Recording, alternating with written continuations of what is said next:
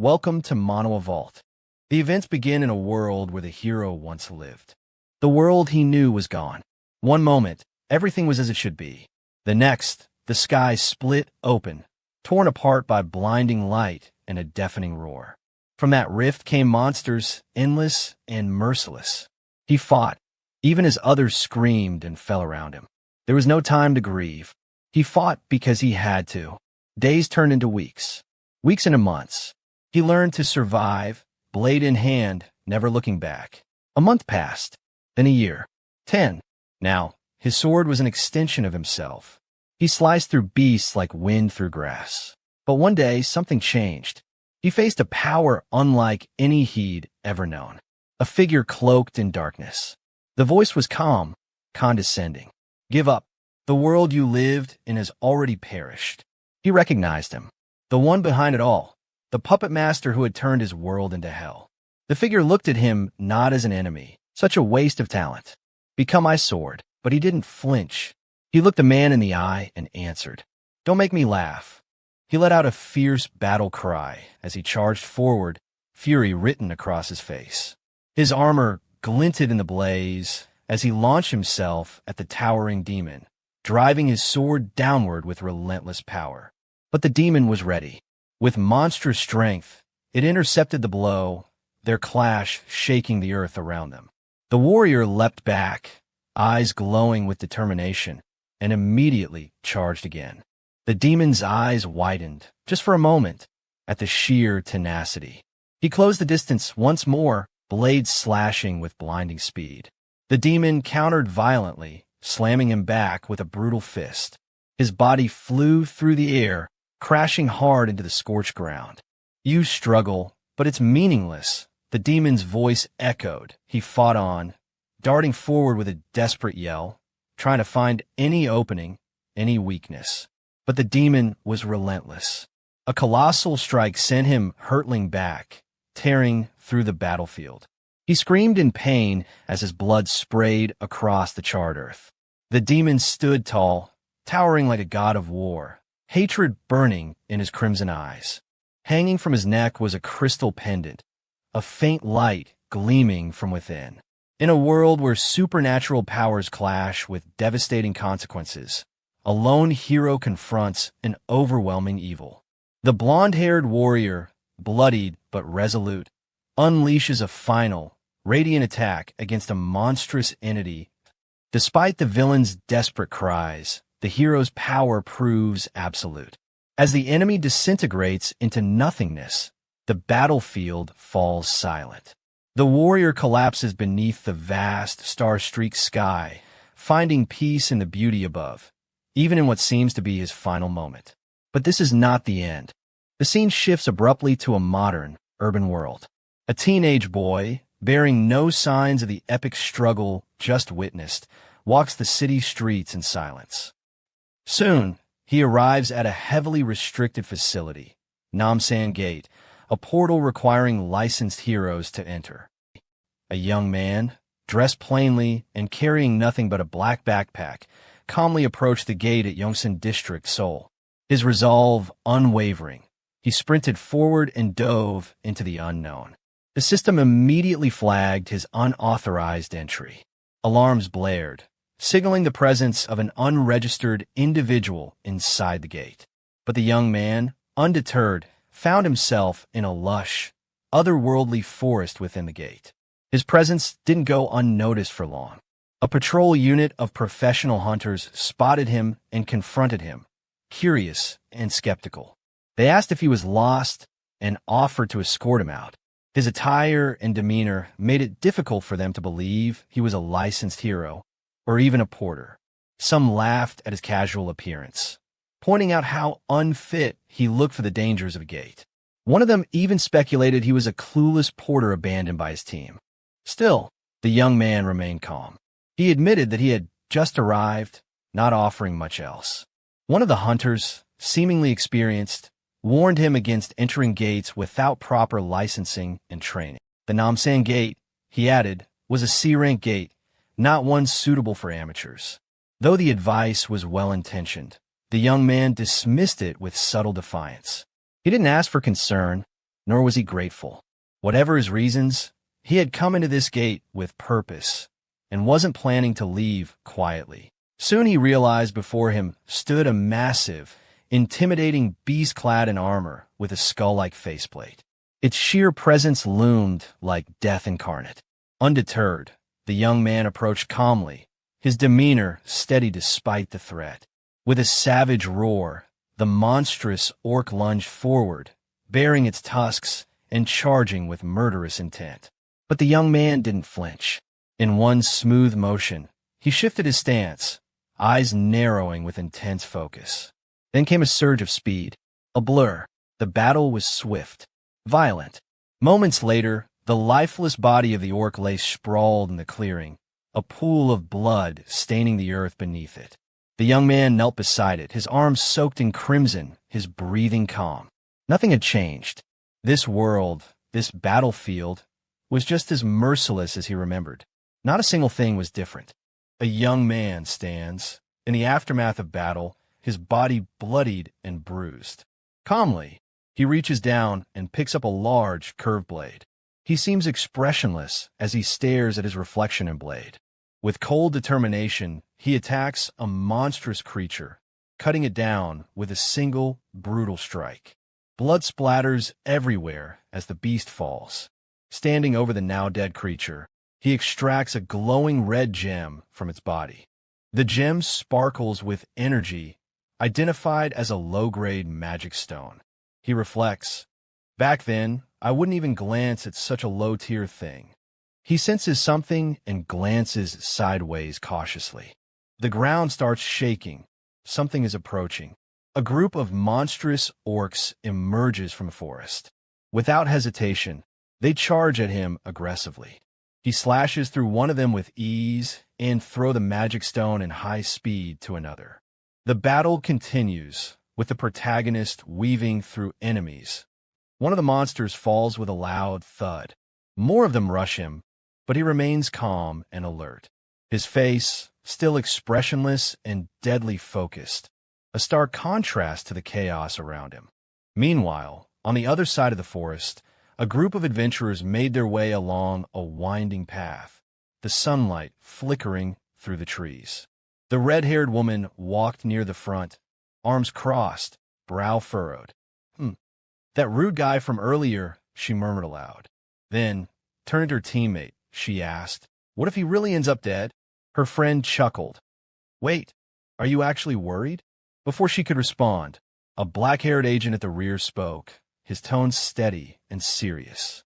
"If he's an intruder, then by now, agents from the control center should already be on their way." Elite agents sprinted through the forest, swift and focused. "This is a rank C gate," Namsan once said calmly. "So only rank B or higher are dispatched."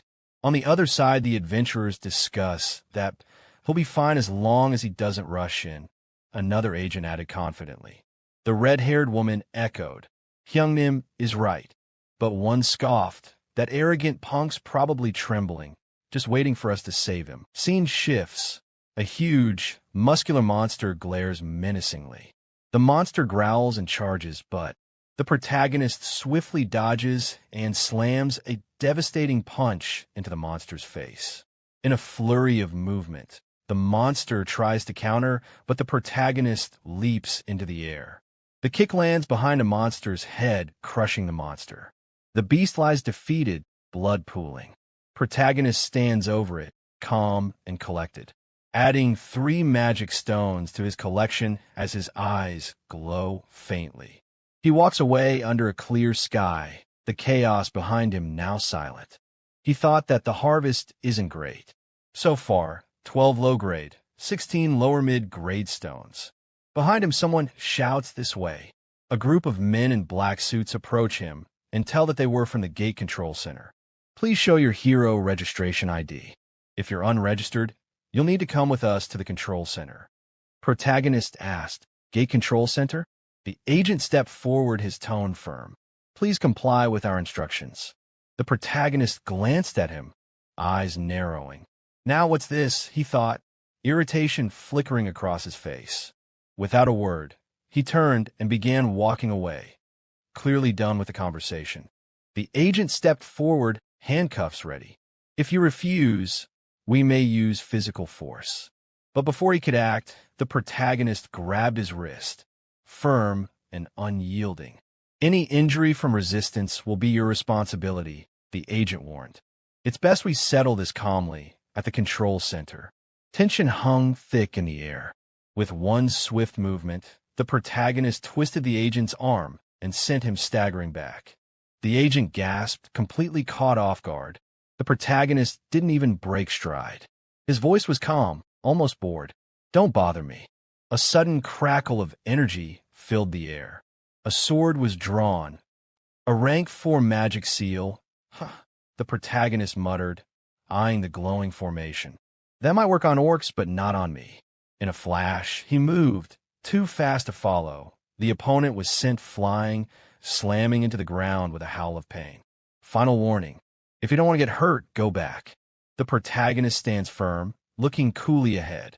His eyes are filled with confidence and control, bathed in the afterglow of unleashed power. An agent drops from the sky with immense force, striking the protagonist. Without hesitation, the protagonist retaliates, kicking an agent in a black suit and sending him flying. The attacker, caught off guard, reels in shock as the protagonist dodges with ease and counters with precision. The agent in sunglasses groans, eyes locked on the protagonist. In a blur, the protagonist vanishes at high speed. Disappeared? The agent thinks, scanning for movement. The boy reappears behind another attacker, landing a devastating blow. The last agent, trembling, began to back away. "You," the protagonist said, his voice calm but firm. "Yes." The protagonist narrowed his eyes. "Registered heroes don't have any problems, right? As long as they don't break the law inside a gate." "No," the agent replied nervously. "Agents aren't dispatched without cause." The protagonist pressed on. "What about rift zones?" The agent's expression darkened. Rift zones, unstable passages to other worlds where strange monsters emerge. Across the globe, nations contain these threats by sealing the zones into government-controlled areas called gates. The monsters' byproducts, valuable as energy resources, make these zones both dangerous and essential. But areas not yet claimed or secured remain wild. Those are rift zones. The protagonist's gaze hardened. "So no matter which gate I go to, you people will keep coming after me, won't you?" The agent said nothing, but his silence spoke volumes. The protagonist stepped forward, his tone cold. "Claiming it's trespassing, or what have you." The agent nodded quickly. Yes, that's correct. If an unregistered hero enters a gate without authorization, the control center is immediately alerted. Nearby agents are dispatched on the spot." He added, "Rift zones aren't as accessible as gates, but the Hero Association won't ignore them either." The protagonist tilted his head slightly. So what?" The agent froze, eyes wide. "This guy's a psycho. This bastard. Damn it, I should have contacted headquarters from the start." Before he could move, the protagonist hurled the agent into the forest. The agent crashed through the underbrush, groaning in pain. Such a nobody, the protagonist thought, barely giving him a second glance. Behind him, the agent clutched his ribs, glaring through the trees. "This bastard. Next time, I'll definitely kill you." Scene shifts, a memory from the past. A monstrous voice roared in panic. The protagonist heard it echoing around him. Suddenly, his body went numb. His vision swirled. "I lost consciousness, felt like I was being sucked into something. And then, death. I considered it death." A soft glow pulsed in the void. Protagonist slowly opened his eyes, suspended in a vast, sky-like space. Before him stood a mysterious young boy. "Who are you?" the protagonist asked. "My name is CEO Dojin," he replied, voice steady. "I am dying. If you grant my request, I'll vanish quietly." The protagonist refused. The young boy paused, as if weighed by centuries. Scene shift to protagonist, his expression distant. "No matter how hard I worked, It meant nothing in the end, it said. For 10 years I fought. Everything I built was erased, and the comrade I trusted betrayed me. My country was destroyed. My friend died. Even my family. I tried and tried, but in the end it was all for nothing. CEO Dojin looked at the figure with calm understanding. You too, right? They floated together in silence above an endless void. The CEO Dojin spoke again. Even if my first life ended like that, I don't want my grandmother and Yunying to live like that. A breath. Huh. So, CEO Dojin met the being's gaze. Just tell me one thing, briefly. What is it you want? What I wish for is... Scene shifts to Gazan Digital Complex, Jumchingu, Seoul, once Garabongdong, now called the Hero Complex. The streets, once known for IT companies, are now overflowing with trade and gate byproducts. Amid the bustle, protagonist walked the city streets, eyes scanning buildings. Should I go with this place? He thought. Dingling. A door chime rang as he stepped into a shop.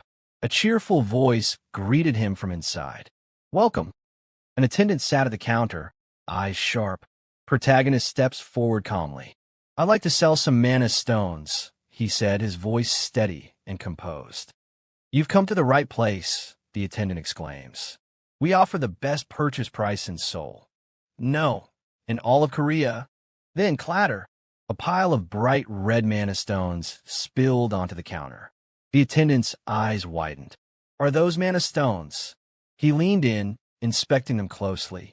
You've got quite a few here. Please wait a moment while I sort them.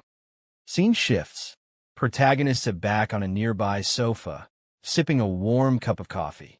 From the background, the worker called out, 12 low-grade mana stones, 6 mid-low-grade, and 3 high-low-grade mana stones.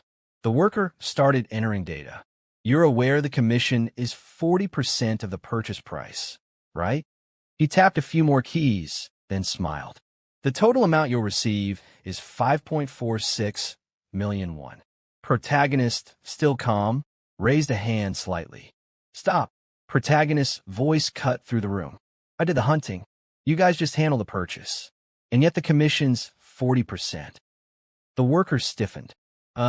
Sir, you clearly don't understand how things work.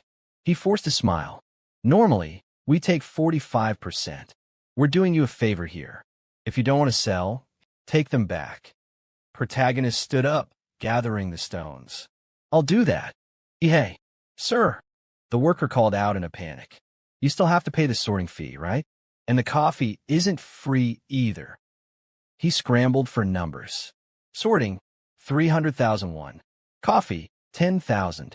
And because we used an expensive towel to wipe off your blood, another 40,000. So, 350,000 won total. Protagonist turned cold. I don't have money to give you. Try and take it if you can. The attendant's voice trembled with forced confidence. You'll have to pay, you know. We've got a few C-rank heroes backing us up. Some C-rank heroes stood up from a break room, annoyed. What is it? Why'd you call us? He frowned, clearly irritated. Someone causing trouble again, he muttered.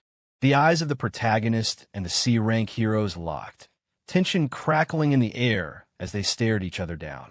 The scene shifted to an attendant peering over a counter, trembling in fear. His expression is panicked, as he stares wide-eyed at the protagonist punching the C-rank heroes with immense strength, flying backward. All 3 C-ranked heroes growled in pain across the floor. The protagonist stands confidently, having swiftly taken down all opposition, while the frightened attendant remains by the counter, stunned by the scene before him.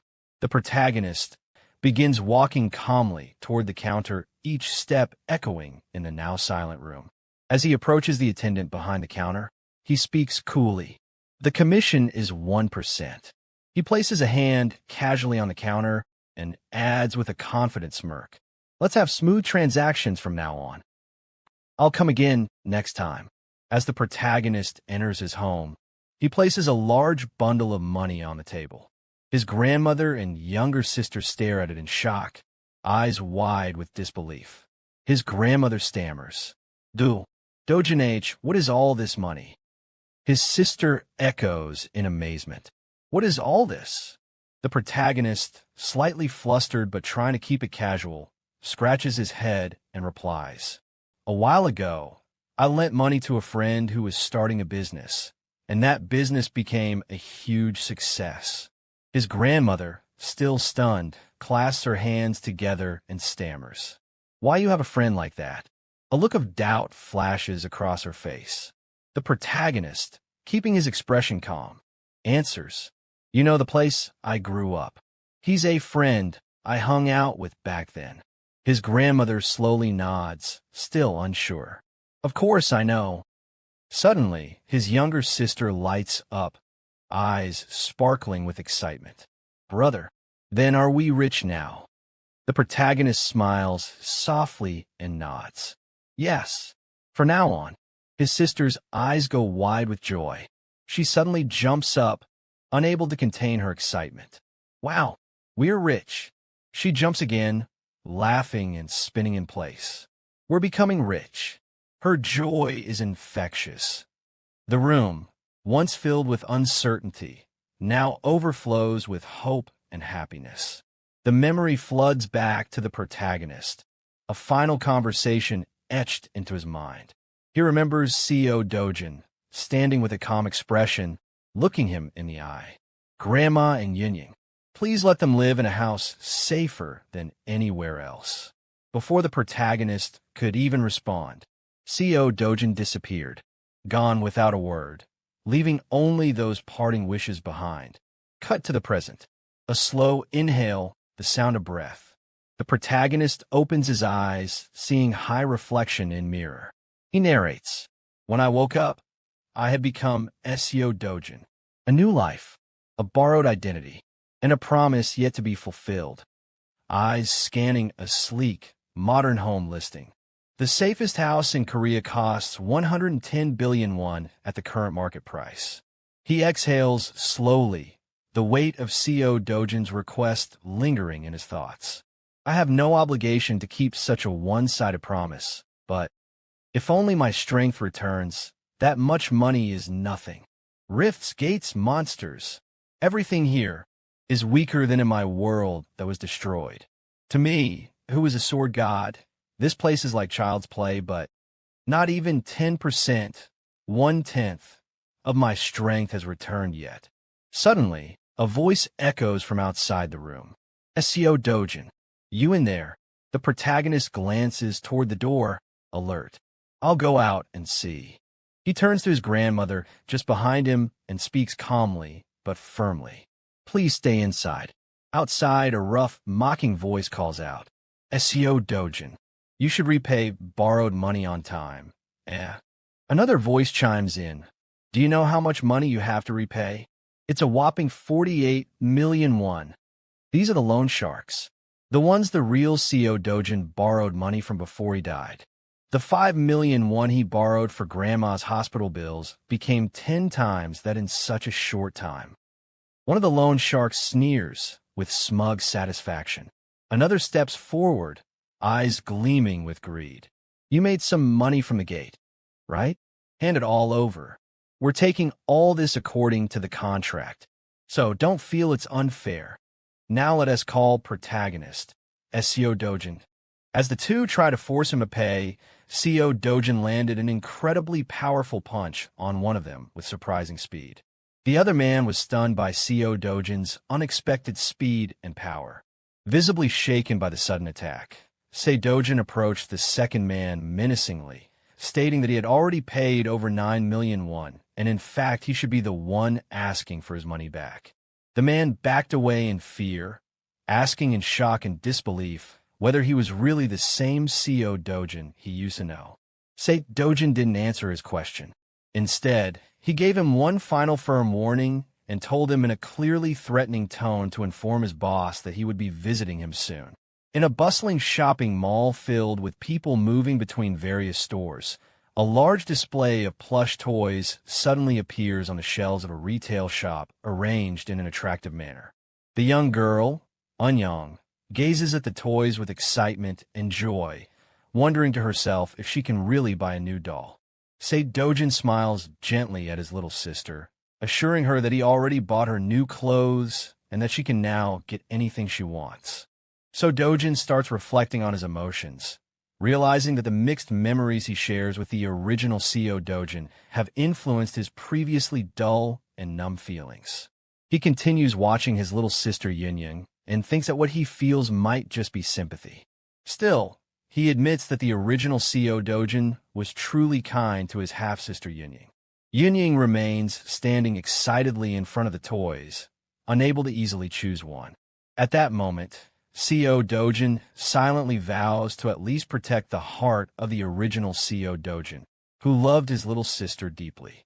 Anyong finally picks out a small toy and asks Dojin if she can have it. When she holds up the little doll to show him, Jun reaches out and instead selects a large, beautiful plush toy for her. He reminds her once more that he told her to buy whatever she wants without hesitation. Yunying smiles brightly, full of gratitude for her brother. After shopping, the two sit together in a restaurant to eat with a variety of delicious dishes laid out on the table. While eating, Dojin suddenly hears a girl's voice from behind him, surprised and asking if the person sitting in front of her is really Dojin. He turns toward the voice and sees a well-dressed girl accompanied by a group of large bodyguards. The girl begins mocking Jun's appearance, saying he doesn't look any better than before, then asks dismissively about the little girl with him.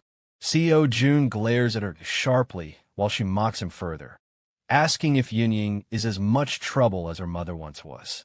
The atmosphere grows increasingly tense due to her words, and Dojin and his sister sit silently as the girl approaches their table with the guards. Yunying, confused, quietly wonders who the girl bothering them is, while Dojin remains silent and visibly angry. The girl gives a sly smile and continues taunting and mocking them without pause, while Yunying innocently stares at her, not understanding the reason behind the sudden hostility. The girl asks Yunying for her name, and Yunying simply replies, Anyong. The girl begins mocking Yunying and her family, especially ridiculing her simple clothes, comparing her to her mother, and calling them both pitiful. She turns to Dojin and with a provocative tone asks if she's right in what she's saying, but he remains silent and furious, refusing to answer. The girl grows visibly angry at being ignored and not getting a reaction to her taunts. Then she turns back to Yunying and in a clearly threatening tone calls her an annoying little brat. The arrogant girl continues provoking Dojin, sarcastically asking Yunying if she knows the meaning of the word vagrant.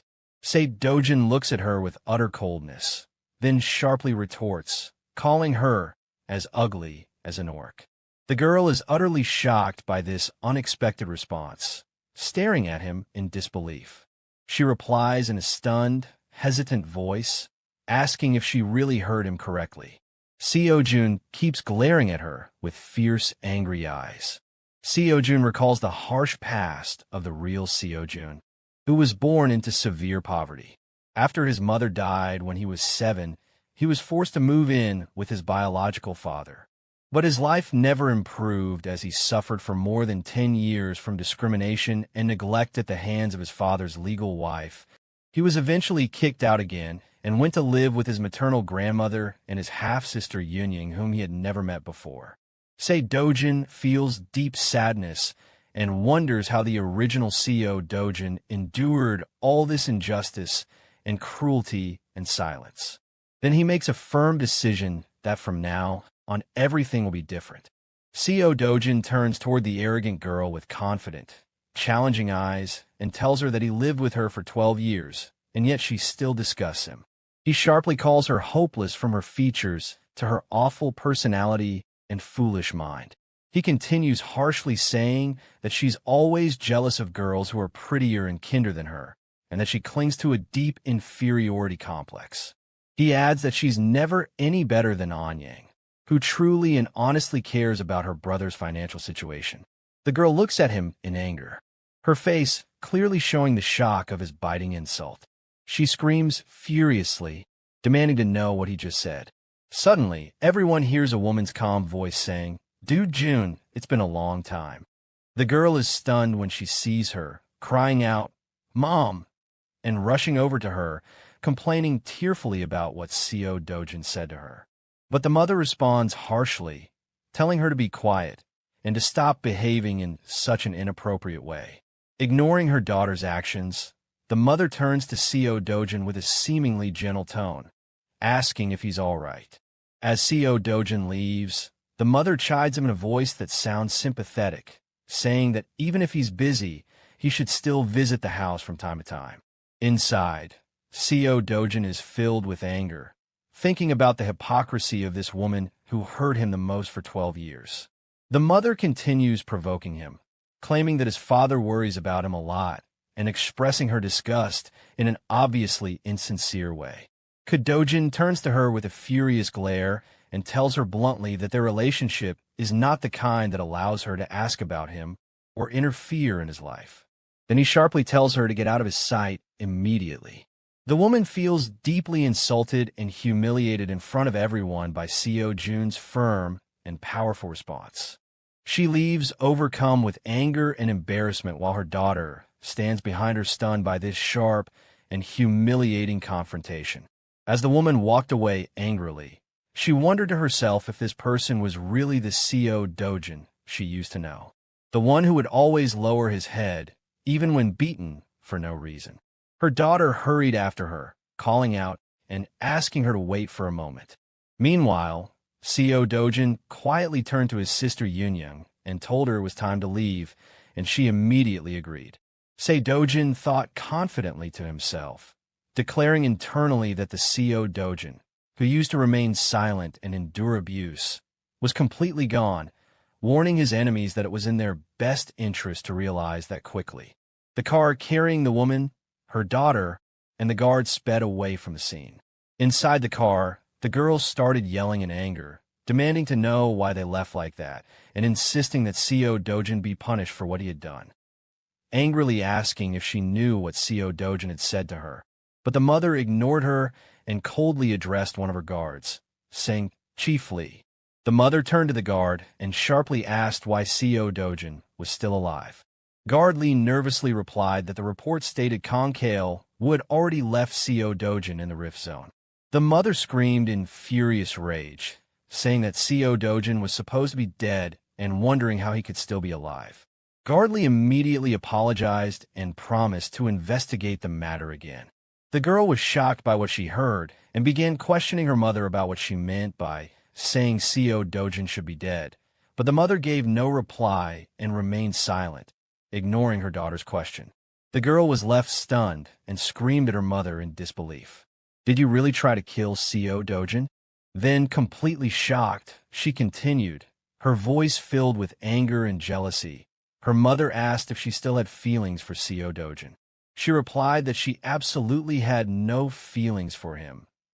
The mother exploded in fury, grabbing her daughter's face and shouting vehemently, warning her that neither her grandfather nor her father must ever find out about this. She threatened her daughter violently and warned her not to interfere again, making it clear that this matter concerned her alone and she would handle it herself. The daughter was terrified and left speechless. Internally, the mother continued to see with rage, vowing to herself that Seo Dojin dared to challenge her, even though he was just a worthless, illegitimate child. She decided that she would make him disappear at any cost. The story flashes back to 10 years ago when rift zones first appeared.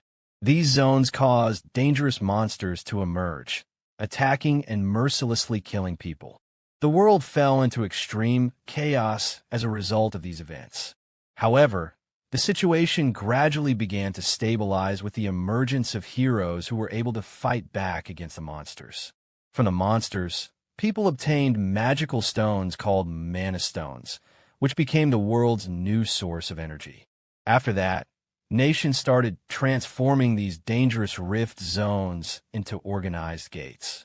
Now, the entire world revolves around gates and heroes, with the whole industry centered on these gates. Elsewhere, Seo Dojin realized that the only way to make money in this new world was to become a hero.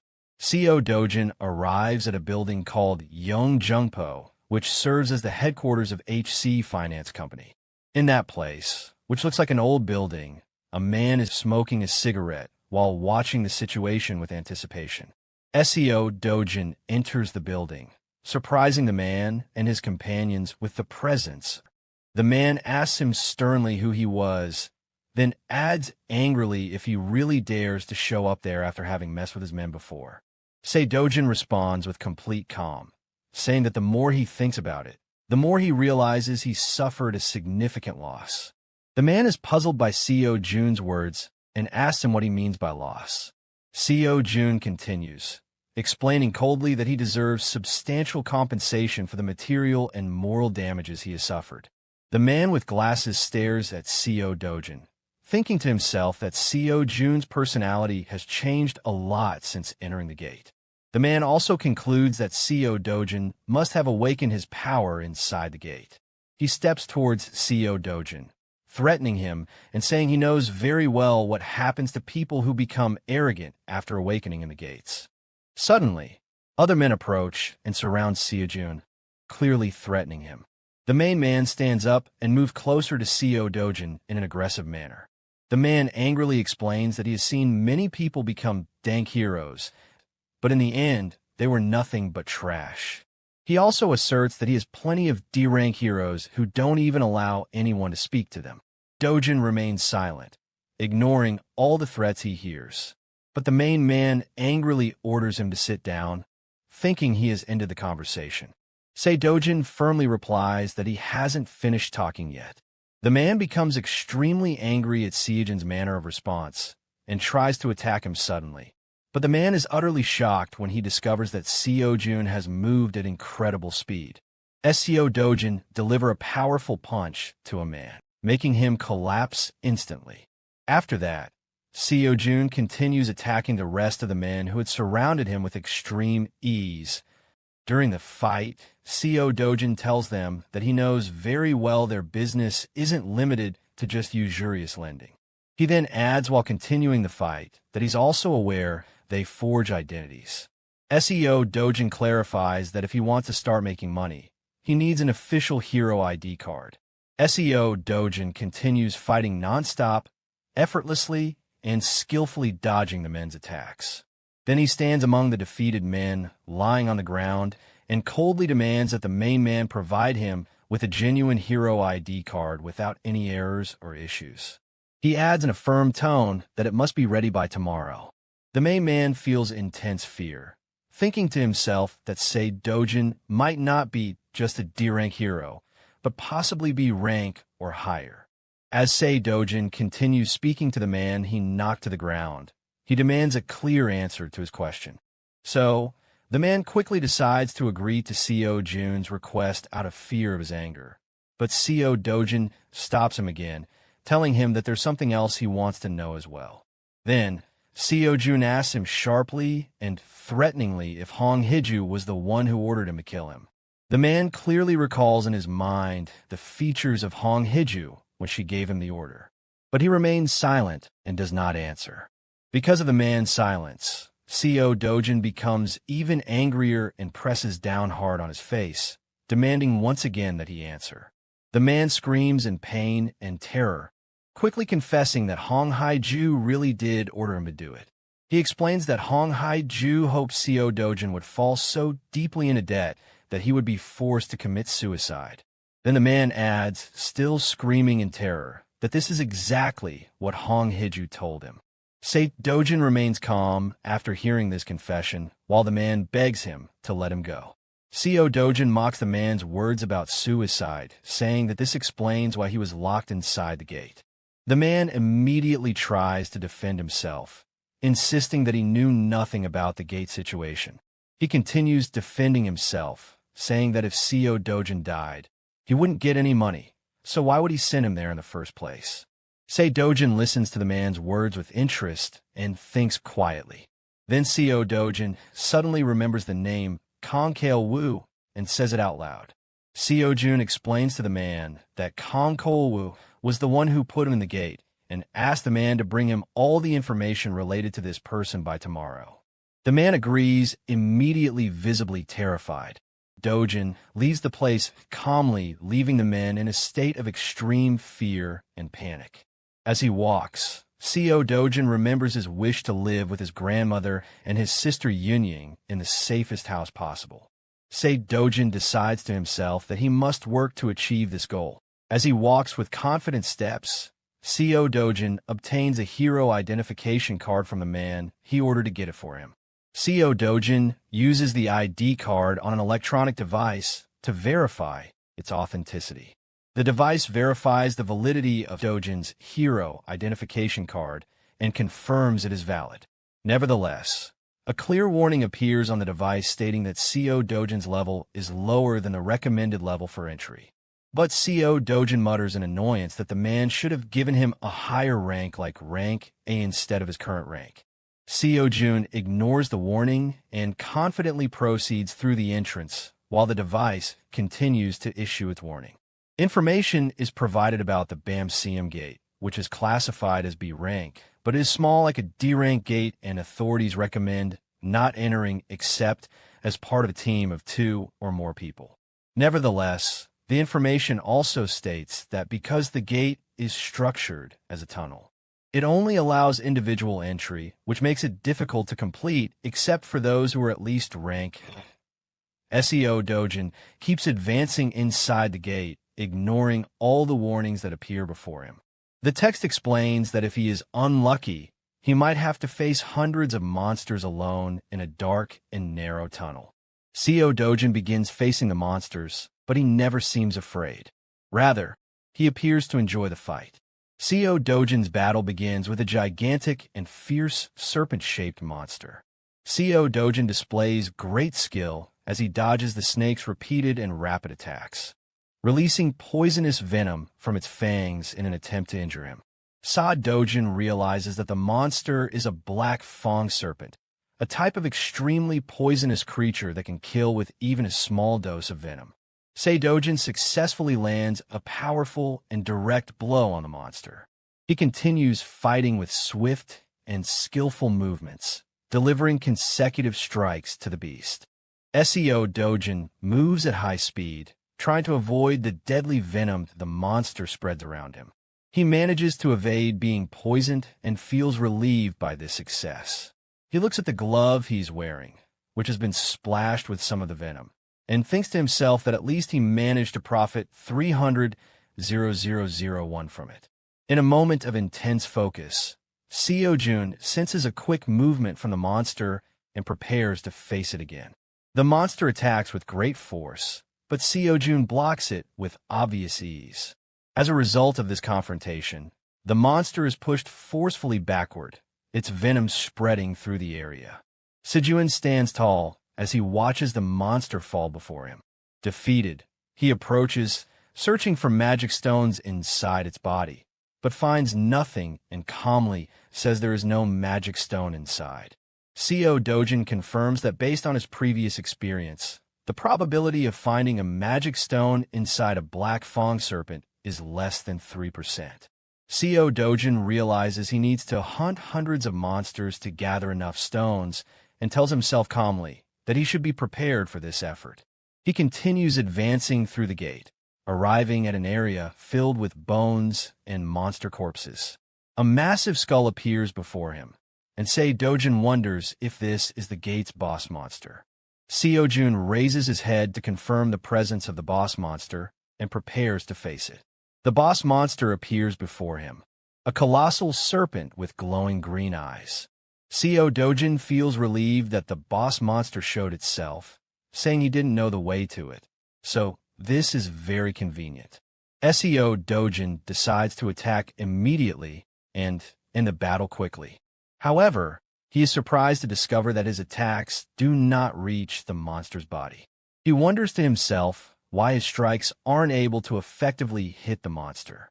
Co Dojin continues his attempts, moving swiftly as he dodges the boss monster's attacks. He finally succeeds in landing a very powerful blow on the monster. The boss monster screams in pain and shock after receiving that fierce blow. SEO Dojin continues fighting with extremely fast and powerful strikes. He moves with great agility, dodging the boss monster's attacks and delivering another strong blow. Seo Dojin manages to land a finishing blow on the boss monster, confirming his dominance in this battle.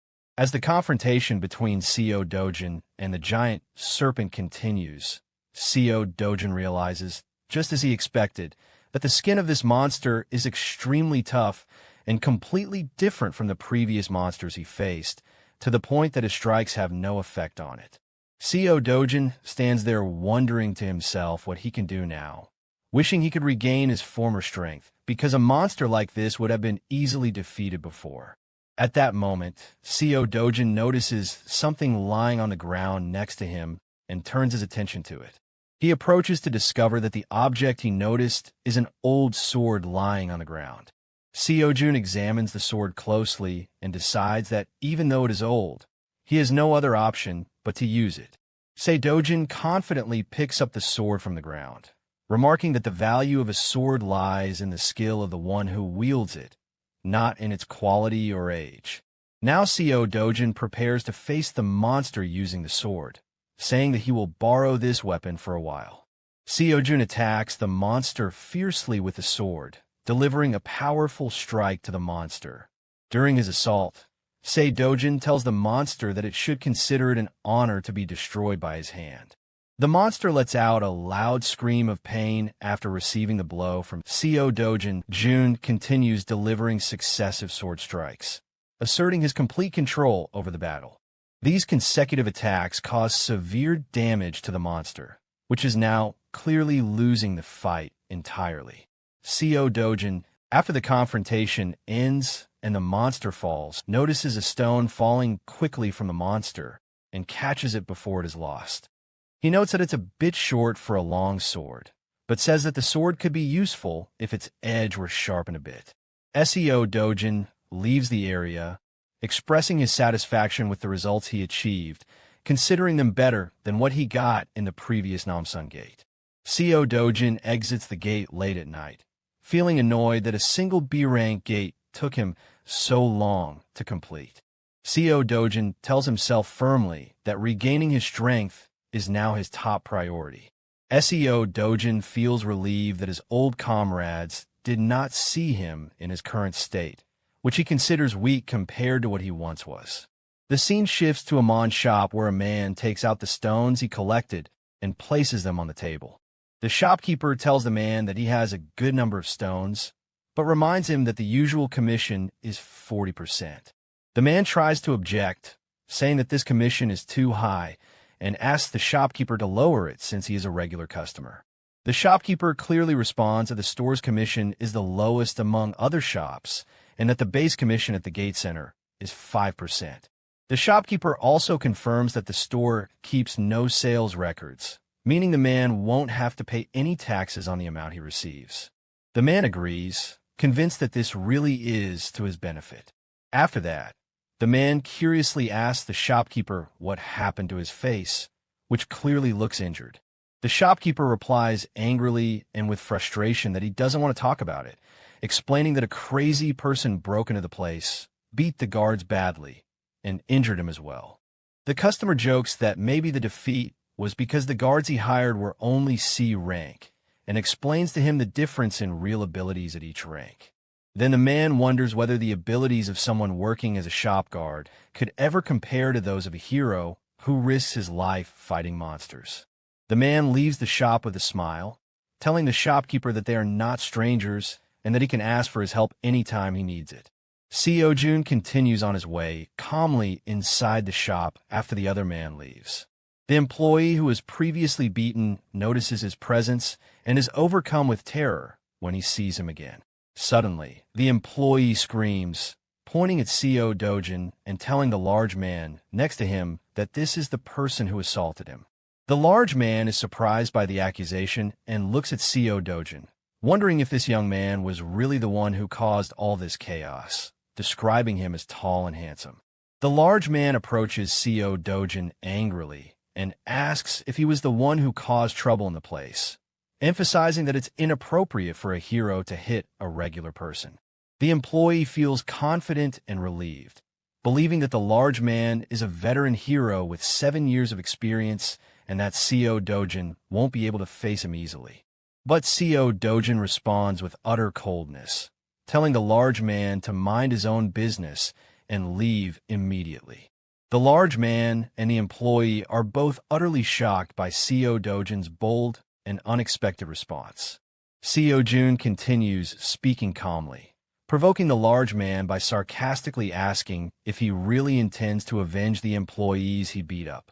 The man feels intense anger and thinks to himself that he needs to teach Co Dojin a harsh lesson. But the veteran hero suddenly remembers an important fact, that most hero deaths don't come from monsters, but from conflicts with other heroes, which fills him with tension and reignites his instinct for fear and caution as a hero of 7 years. The veteran quickly decides that it's best to avoid a confrontation for now. So, he leaves the place in a hurry, apologizing that he's very busy and hoping they'll meet again. After the large man leaves, Co Dojin turns toward the employee, giving him a sharp look.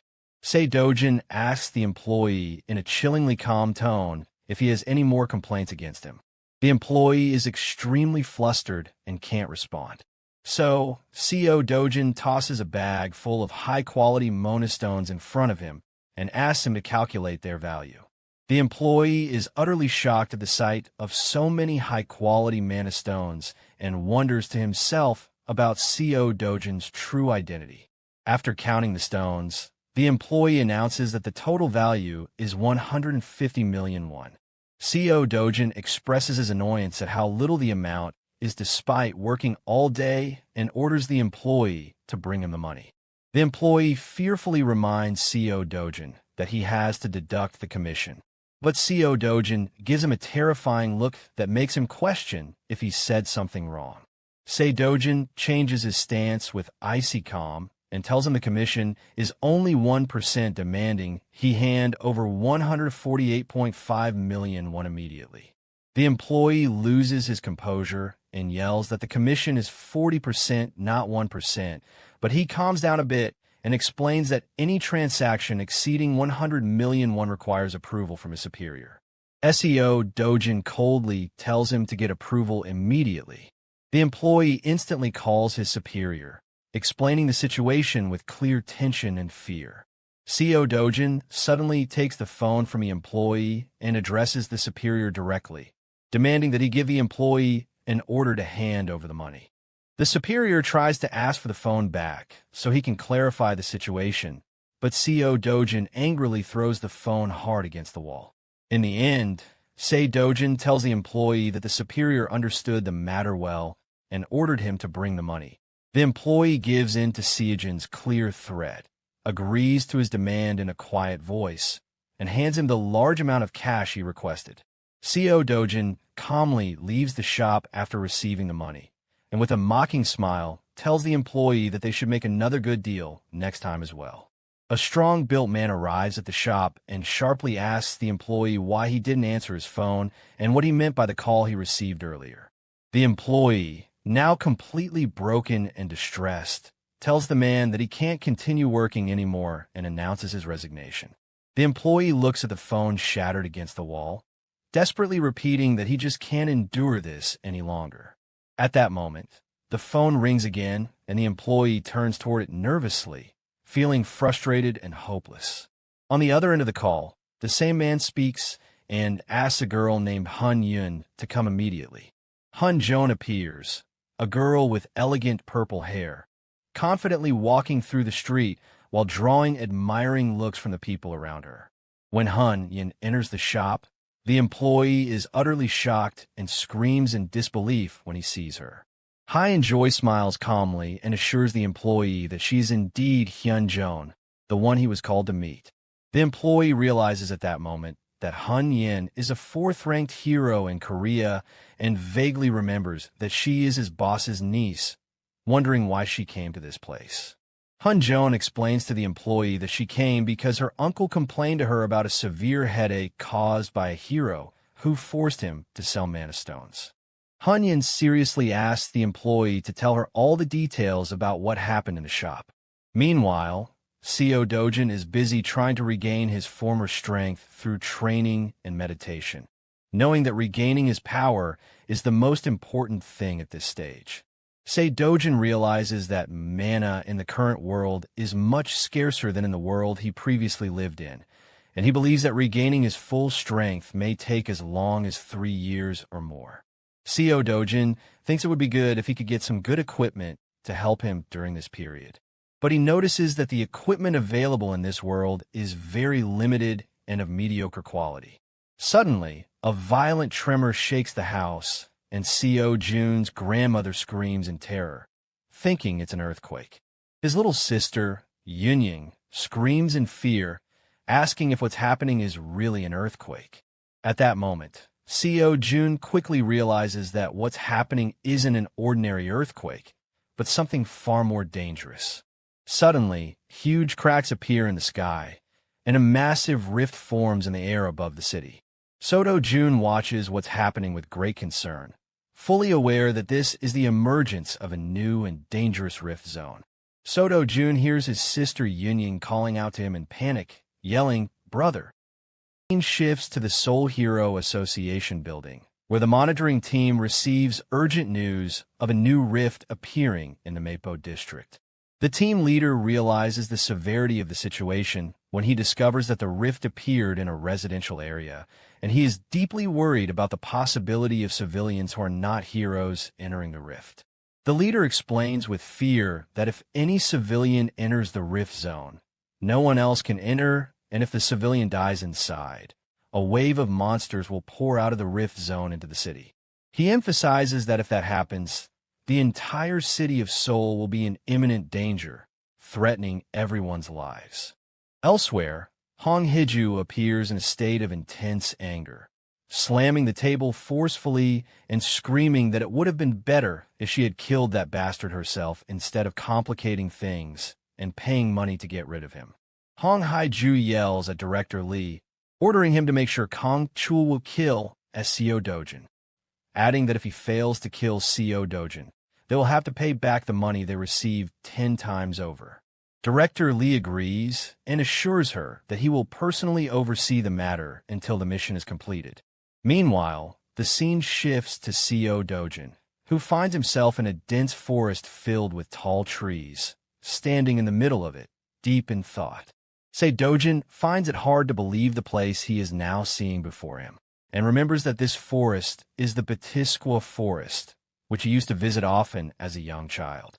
Seo Dojin walks through the forest, observing everything around him, from the trees and plants to the blowing wind, feeling amazed at how closely the place resembles his memories. Seo Jun notices that the mana in the air is abundant, and that the shape of the sky and clouds is also exactly the same as in his old memories.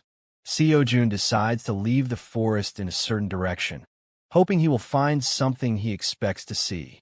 As soon as he exits the forest, he is astonished to see the world tree, the gigantic legendary tree he always knew. Seo Dojin realizes that this tree is an extremely ancient spiritual tree that contains a vast flow of pure high-quality mana. Seo Jun remembers that the destruction of the previous world was caused by the burning of this tree, which led to the collapse of the mana flow in that world. He is amazed to see the world tree completely intact and realizes that this means he can regain his former strength. Seo Dojin smiles confidently, affirming to himself that he can now recover all the mana he previously lost. Seo Dojin sits under the world tree and enters a state of deep concentration to absorb pure mana from it. Seo Dojin remains in complete focus, continuously absorbing mana from the world tree. Days pass, 1 day, then 2, then 3 days, and he is still sitting in the same spot, deeply immersed in meditation and mana absorption. Seo Dojin forgets about eating and drinking, remaining in this state for 10 whole days, focusing only on breathing and absorbing mana. At the end of this long period, Seo Dojin breathes with relief. Suddenly, Seo Dojin senses strange movement and suspicious sounds coming from inside the forest. Strange glowing creatures appear before him, and Say Dojin mutters angrily, calling them by their known name, Volcana. Say Dojin immediately remembers that these are the same creatures that burned the world tree in the past and caused the destruction of the previous world. The creatures quickly head toward the world tree, trying to destroy it once again. Say Dojin prepares to face them, wishing he had a water-based weapon to help him in this battle. The glowing creatures rush at him at tremendous speed to attack him. But Seo Dojin quickly decides that the lack of a weapon doesn't matter and that he can face them with his current strength. He confidently declares that he will crush them all without exception. Seo Dojin begins to use the power he gained from the pure mana to attack them. He manages to deliver an extremely powerful blow to the monsters, which begin to collapse before his overwhelming strength. Seo Dojin begins his battle against the monsters called Volcana. Showing intense focus during the fight, Seo Dojin unleashes his mana energy on a massive scale, surrounding himself with it. He notes to himself that the dense mana has been released in the form of Chai to execute a powerful explosion against the monsters. Seo Dojin breathes a sigh of relief after launching the attack, noting that it's been a long time since he released such a large amount of mana at once. The volcano monsters appear again, filled with rage, and begin attacking him. Seo Dojin confronts them swiftly and powerfully. Using the concentrated mana to hurl it toward them, he advances toward the monsters with strength and confidence. He is able to block the monsters' attacks easily, appearing calm during the confrontation. Seo Dojin declares that he has made sure the world tree is safe and now decides to check how much mana he has regained by using his eyes. Seo Dojin confidently moves toward the monsters trying to attack him again. One of the monsters tries to attack him with great ferocity, opening its wide mouth full of sharp fangs. But Seo Dojin counters the monster's assault with tremendous force, using his fist to deliver a crushing blow directly into the monster's mouth. After this powerful strike, the monster is defeated, and a red gem drops from its body onto the ground. Seo Dojin approaches the gem and confirms that he managed to obtain it. He smiles confidently and announces to the monsters that once he finishes defeating them all, he'll be able to obtain a rare item called the Eternal Ember. He continues with a confident smile, saying that he should be able to get this item. Seo Dojin recalls that the probability of acquiring this item used to be very high in the past. He decides to test the odds of getting more of these items from the remaining monsters and starts attacking them with power and ferocity. More red and yellow gems fall from the monsters Dojin defeats, and he observes them carefully. Then he notices the Eternal Ember already among the gems and picks it up carefully. Say Dojin feels satisfied as he obtains this item, once again expressing his surprise at getting it back. As Dojin contemplates the Eternal Ember in his hands with great focus, Dojin realizes he wants to absorb more mana from the World Tree, but knows that his current body can't handle anymore. So he decides to absorb the energy of the Eternal Ember instead and convert the mana in his body into the fire element. Seo Dojin remembers that in the past, he didn't even need to absorb such rare items himself. He moves around and collects the scattered gems that fell from the monsters. Seo Dojin continues absorbing the energy of the Eternal Ember until the last drop he can handle. Meanwhile, outside the Rift Zone, large crowds of people gather watching the rift with fear and great anticipation. A state of chaos and tension spreads among those watching, and someone shouts in anger and extreme anxiety. Damn it! The events begin with intense anger from a man named Bang Woo who expresses his frustration and annoyance at what one crazy person did, wondering why there's all this trouble. Another man, Kim Hyun Woo, responds, pointing out that the person in question did it in an attempt to save his little sister. But Bang Gun Woo angrily rejects this, saying it's just an excuse, claiming that person heard a rumor about. It's easy to awaken in Rift Zone and entered without thinking about others. He adds that if he wants to die, he should do it alone without causing trouble for everyone else. Kim Hyun Woo asks Bang Gun Woo what the guild leader said. The latter replies that the leader just ordered them to wait. Kim Hyun-woo wonders why they're waiting, and Bang Gun-woo explains that rift zones have appeared simultaneously in several major countries like the United States, China, Britain, Turkey, and Switzerland. Kim Hyun-woo understands why the leader is busy, commenting that this is the first time something like this has happened. He then adds that other countries were able to control the situation while only they are having problems because of that person he calls a beggar. Bang Yong-woo becomes angry and says he'll wait for that person to come out first, and then he'll smash his face. The huge mysterious rift continues to grow while the situation around it remains extremely tense and confusing. It is officially announced that 28 days have passed since the new rift appeared, and the Hero Association issues a warning about a wave of first-level monsters. It is also announced that if the civilian Mr. S who first entered the rift does not come out within the next 2 days, the situation will become very serious. The scene shifts to a man who appears to be in a leadership position who asks in surprise.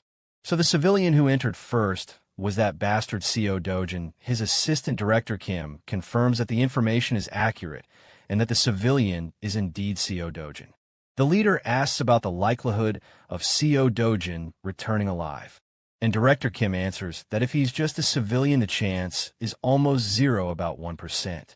But the leader laughs mockingly, saying the chance of returning alive is less than 0.1%, and finds the idea of a civilian surviving to be ridiculous. The leader then continues mocking the Hero Association, saying they are making huge mistakes due to a lack of information. He then wonders, what if CO Dojin is actually awakened? Director Kim replies that if he's truly awakened, then it will depend on what hero rank he belongs to, admitting that it's difficult to make an accurate judgment in that case. The leader agrees with Director Kim, adding that simply being good at fighting and surviving in a rift isn't the same thing. Suddenly, the leader mentions that CO Dojin has 2 family members and suggests that they should secure them. Director Kim is surprised by this and asks what they're planning to do now. The leader responds with a chilling calmness, saying that they should treat the family well for now, but if CO Dojin dies, they'll sell his family's organs, and if he returns alive, they'll demand massive compensation and put him into debt. Meanwhile, CO Dojin continues his deep focus on absorbing energy from the world tree inside the rift. CO Jun feels a huge change in his body and power after absorbing the energy of the eternal ember and wonders to himself how much time has passed so far. He confirms that he has already absorbed hundreds of eternal embers. He declares to himself that he can now use fire element mana whenever he wants. He affirms that his resistance to fire has increased dramatically and considers that he's in a much better state than he was in the past when he was called the Sword Master. CO Dojin touches the world tree with deep contemplation, recalling the past and comparing it to the present. With words of gratitude, CO Dojin thanks the world tree for the energy and strength it has given him. Then he begins gathering the red Mona stones he obtained during his battle with the monsters and places them in a small bag. SEO Dojin looks at the world tree and says to himself with sadness that he might not see it again after this time. But then he tells it that if they ever meet again and it is in danger, he will protect it no matter what it takes. CO Jun exits the rift to the outside and notices that the area is completely devoid of people, wondering if everyone is left in preparation for the coming monster wave.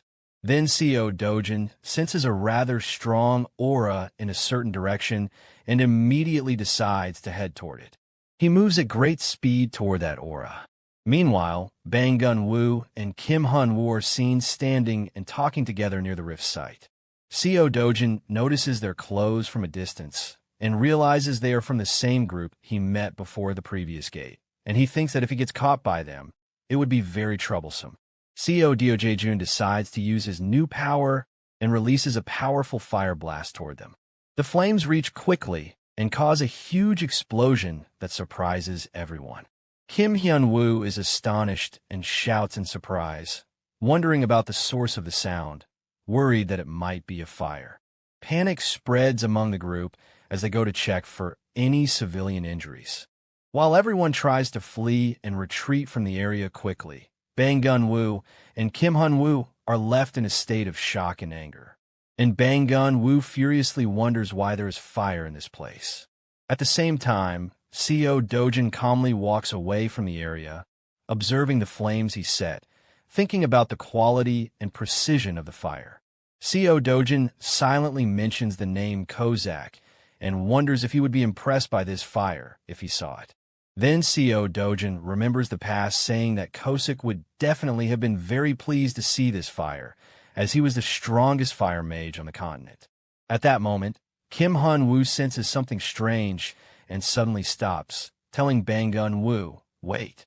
Kim then notices that the rift is acting abnormally and informs Bang Gun-woo. Everyone looks at the rift with astonishment and deep concern as it begins to change its shape in a strange and suspicious way. Bang Gun-woo becomes extremely tense as he wonders what is happening to the rift. Everyone's amazement grows as they notice that the rift is gradually disappearing from its place. During this time, Seo Dojin quietly walks away, leaving the area with confident steps, carrying his bag of stones. He glances back slightly with a serious look, expressing his determination and confidence in himself. A breaking news report airs in the city about the sudden disappearance of the new rift that had appeared in the Mapo district earlier this morning. The announcer declares that today marks the 28th day since Mr. Seo, an unregistered resident of Zone Z, entered the rift. The Hero Association, which had been anticipating a massive monster wave, was shocked by this unexpected disappearance and has launched a full investigation into the cause. At the same time, the news reports that a mysterious fire has broken out in a junkyard near the location of the rift. Some people in the streets begin commenting sarcastically that bastard Seo Dojin must have died inside the rift. Some believe he got what he deserved, while others argue that it's common sense to stay away from a rift when it first appears. Another person calmly replies that someone has already lost their life and that such talk is unnecessary. One of them answers that people are lucky the disappearance of the rift saved Seoul from turning into a war zone. Could Dojin, walking in disguise under a hat, silently observes the situation and thinks to himself that if the rift is gone forever, he may never see the world tree again, but admits that maybe it's better this way. He raises his eyes to the sky and thinks that there is always something worth protecting no matter what happens. Dojin then heads toward the HCS Finance Company building in Yeongdongpa. Inside, two men are talking, saying that Seo Dojin is definitely dead, and therefore the old woman and the little girl, his grandmother, and his sister Yunying are as good as gone too. One of them replies that if they're unlucky, the family's organs will be sold. As for the grandmother, she's finished, but if the girl grows up, the boss might find some use for her in the future. So Dojin enters the building in disguise and coldly asks the men where their boss is. The boss, Kim, appears outside, walking with ease and confidence. He believes everything is calm now that Seo Dojin is dead and asks his assistant about his schedule for the day. The assistant informs him that he has a lunch appointment followed by a meeting with Director Bae in the evening. The boss smiles confidently and asks his assistant to call Miss Kong and prepare the new girls if any are available. He climbs the stairs unaware of what awaits him. Suddenly, he's stunned to see one of his men being violently attacked and thrown aside. The boss looks on in shock and fear as he sees blood streaming from the man's face after the sudden blow. He finds the man lying on the ground before Seo Dojin, who stands firmly facing everyone. The man rises coughing up blood and faces Seo Dojin, who orders him to crawl toward him like a dog. Terror appears on the boss's face as he hesitates to obey the command. Seo Dojin continues humiliating the boss in front of everyone, kicking the table hard again to assert his dominance. Seo Dojin then mockingly asks the boss if he didn't hear him properly. The boss crawls on the ground towards Seo Dojin, who is sitting cross-legged on a chair, and then commands him to bark like a dog. Seo Dojin tells him that someone like him doesn't deserve to be treated like a human and orders him to bark as loudly as possible. The boss Kim is forced to bark repeatedly like a dog, screaming in fear and humiliation in front of everyone. The boss's men in a room hear Seo Dojin demanding their leader to bark louder and more clearly. In the end, the humiliation deepens as the boss continues barking loudly while everyone watches the scene in horror and disbelief. Seo Dojin sits back relaxed and scolds the men around him, calling them hypocrites who grovel before him and pretend to be obedient, yet are ready to stab him in the back at the first opportunity. He turns to Hong Chong-seop and addresses him sharply, asking if he thinks this is the first time he's dealt with trash like him. President Hang Chong-seop begins to beg Seo Dojin for mercy, pleading for forgiveness and promising to serve him loyally like a dog for the rest of his life. But Seo Dojin refuses to hear his pleas and shouts at him to shut up, delivering a powerful kick that sends him flying.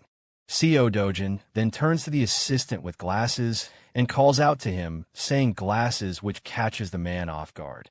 He tells him that he is the president now and advises him not to waste his life working like a dog under someone as lowly as the former boss. Seo Dojin gestures toward the former president lying motionless on the floor and tells the new assistant that getting rid of garbage like him isn't difficult. The assistant with glasses hesitates and says that the former president has many connections and that suddenly taking over might raise suspicion. The assistant continues to plead for mercy and to give the president another chance, prompting Seo Dojin to snap back angrily. Seo Dojin then reminds the assistant of their usual methods of eliminating people, like dumping them into the sea or disposing of them in scrapyards. He threatens everyone that if they don't get rid of the former president, he will throw him into a gate to become monster food. President Hong Chong-seop continues begging Seo Dojin for mercy, repeatedly promising that he'll serve him like a dog. But Seo Dojin completely ignores his desperate pleasing. Seo Dojin thinks to himself that he should finish Hong Chong-seop now to avoid future trouble. Then he sighs, wondering if he has grown too soft or lenient. Seo Dojin extends his hand toward Hong Chong-seop and tells him to come to him. Hang approaches slowly and hesitantly. Seo Dojin grabs him and coldly says he accepts his apology for the past. Then he adds that from now on he'll treat him like an older brother, but Huang is suddenly stunned. Flames suddenly ignite in Hong Chong-seop's hand, causing him to panic in terror. As the flames blaze in Seo Dojin's eyes, Hang's terrified reflection is visible in them. Seo Dojin slams Huang Chong-seop to the ground with great force, leaving him writhing in pain. Seo Dojin leaves the building, delivering a final warning to everyone. If anyone dares to harm his family again, he will kill them all. He commands them to guard his family for the rest of their lives without pause. Meanwhile, official news reports declare that Seo Dojin has been confirmed dead in the rift. According to the government and multiple media outlets, Seo Dojin quietly sits in a public place, reading the news on his phone, seeing his own death being reported everywhere. He thinks to himself that even if he announced he was alive, it would only cause more chaos and problems. He decides to take his time to reflect while his little sister, Yunying, sits happily in front of him, enjoying her meal with great delight. Seo Dojin feels joy as he watches Yunying enjoying her food so cheerfully and innocently. Yunying expresses her joy and excitement about moving to a new place. Seo Dojin tells her that she will be going to kindergarten like the other kids and that she'll start school next year as well. But suddenly sadness appears on Yang's face and she falls completely silent. Seo Dojin notices her sadness and asks in surprise if she doesn't want to go to kindergarten. Hyang responds with deep sorrow, saying that the kids there make fun of her because she doesn't have a mother or father. Seo Dojin goes quiet, visibly affected and saddened by what his little sister said. After a moment, he gently and softly tells her that it's okay, and she doesn't have to go to kindergarten or meet those mean kids. She could go straight to school next year instead. On's expression immediately changes, and she smiles happily, asking with delight if she really doesn't have to go to kindergarten. Seo Jun calmly confirms and agrees with her. Seo Dojin thinks to himself that maybe the solution is to send her to a prestigious private school where no one would dare to mock her or look down on her. He then remembers a previous moment at the motel where he had scolded his assistant, the one with glasses, for making his grandmother and younger sister stay in a motel, asking if he had any common sense at all. The assistant tries to justify it, saying the motel is owned by them and therefore very safe. But Seo Dojin cuts him off and tells him not to waste his breath with excuses. Inside the room, Yunying screams with joy when she sees her brother, Seo Dojin, enter. She and their grandmother run to him and hug him tightly with happiness and longing. The grandmother grabs Seo Dojin's hand firmly and says with a trembling voice that she can barely believe he's really back, almost crying from joy and emotion. Meanwhile, Yunying continues crying as she repeatedly calls out to her brother, "Ay, Oe." Seo Dojin looks at her feeling a deep sadness and clear emotion in response to his sister and grandmother's reaction. Then he gently reassures them that he truly is back, that he's alive, and that he returned just for them. In a later scene, Yunying asks her brother, Seo Dojin, if he's a hero too. Seo Dojin kindly replies by asking if she really wants him to be one. But she tells him with great sadness that she hopes he isn't a hero because from what she's heard, heroes fight scary monsters and sometimes die in the process.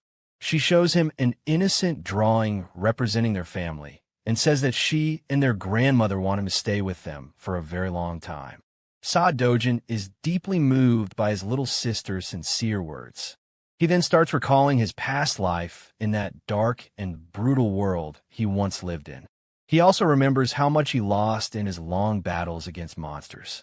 But now he admits that he's gained something precious on this journey, something he had once forgotten, his family. Seo Dojin quietly observes his family, sitting together peacefully in their new home, and tells himself that as long as he's in this place, he can protect this small happiness. The scene shifts to a wide aerial view of the city, with a large building visible in the background. The story moves inside that building where a man named Nat Tai Hwang, the founder of the Hero Association in Korea and a member of the Global Hero Alliance, appears and says in a serious tone, "So they still haven't found anything yet." His assistant responds respectfully, confirming that no information has been discovered so far and apologizing deeply. Nate Tai Hwang was deeply frustrated by his inability to determine the cause behind the mysterious disappearance of the rift. He expressed concern that the rift vanishing on its own could mean it might reappear at any time. His assistant, in a serious and worried tone, confirmed that such uncertainty is extremely dangerous and said perhaps it would have been better if a monster wave had appeared instead of this unpredictability. But Nat Tai Hwang suddenly stopped her and insisted that people's safety was the most important thing. He apologized to his assistant for his excessive reaction. Nat Tai Hwang is ranked among the top 100 heroes in the world. He is the founder of the Korean Hero Association and a senior member of the Global Hero Union. It's also noted that he could have become president if he wanted to, but he has no interest in the position. He is described as caring only about protecting citizens and being prepared for emerging rifts. Nat Hwang instructs his assistant to continue investigating the matter thoroughly, no matter how long it takes. She then informs him that the owner of the house near the rift site has agreed to sell the property, which gives Nat Tai Hwang some relief. He also asks her to ensure the owner receives a generous additional payment, so they don't feel bitter or resentful, emphasizing that compensating them for losing their home is well worth it. Nat Tai Hwang then anxiously wonders what is really going on, especially since the rift didn't just appear in Korea, but in several other countries at the same time. His assistant confirms that the United States and China have already managed to control the rifts that appeared in their territories, but the real problem now lies in the United Kingdom. She explains that most of Britain's strongest heroes have already been sent to confront rifts elsewhere. Suddenly, an urgent alert appears on Nat Tai Hwang's device, and he looks at it in shock and horror. The breaking news announces a new and dangerous rift has appeared in the United Kingdom, and that a state of emergency has been declared there. Citizens are advised to stay alert. The scene shifts to the street where CEO Dojin walks unnoticed among the crowd, staying in disguise. CEO Dojin heads toward a store that specializes in buying Mona stones, where he notices large promotional banners advertising high prices for stones. As soon as CEO Dojin enters the store, the employee screams in terror upon seeing him. The employee shouts for the manager, pointing at Sei Dojin and saying that the person he thought was a bird at first is actually a human. The manager asks if he's referring to that specific person, then turns to CEO Dojin angrily and asks if he's the one who forced the employee to sell stones while he was away. But CEO Dojin responds calmly and sarcastically, saying he arrived at just the right time because he has a large number of mana stones he wants to sell, and he had hoped to find someone high-ranking who could handle the transaction. He throws his heavy bag of mana stones onto the floor with force, creating a loud thud. The manager looks at the stones and assumes they're low-grade like the last time. Deciding he won't deal with CEO Dojin again, he tells him to leave immediately. CEO Dojin is surprised by the manager's reaction and sharply asks if he doesn't want to do business with him. The manager insists angrily that dealing with Sei Dojin at just a 1% commission is unreasonable and results in major losses. He says he won't work with him again, but Sei Dojin responds calmly and confidently, saying the manager will regret that decision with a clear look of challenge on his face. The manager retorts that it's impossible to reason with him, adding that there's a reason the Gates Center charges a 5% fee and says there's no point explaining anything to someone like him. He insists on his position and orders CEO Dojin to leave the store and never return. As Sei Dojin emptied his bag onto the floor inside the store, a large number of red mons spilled out.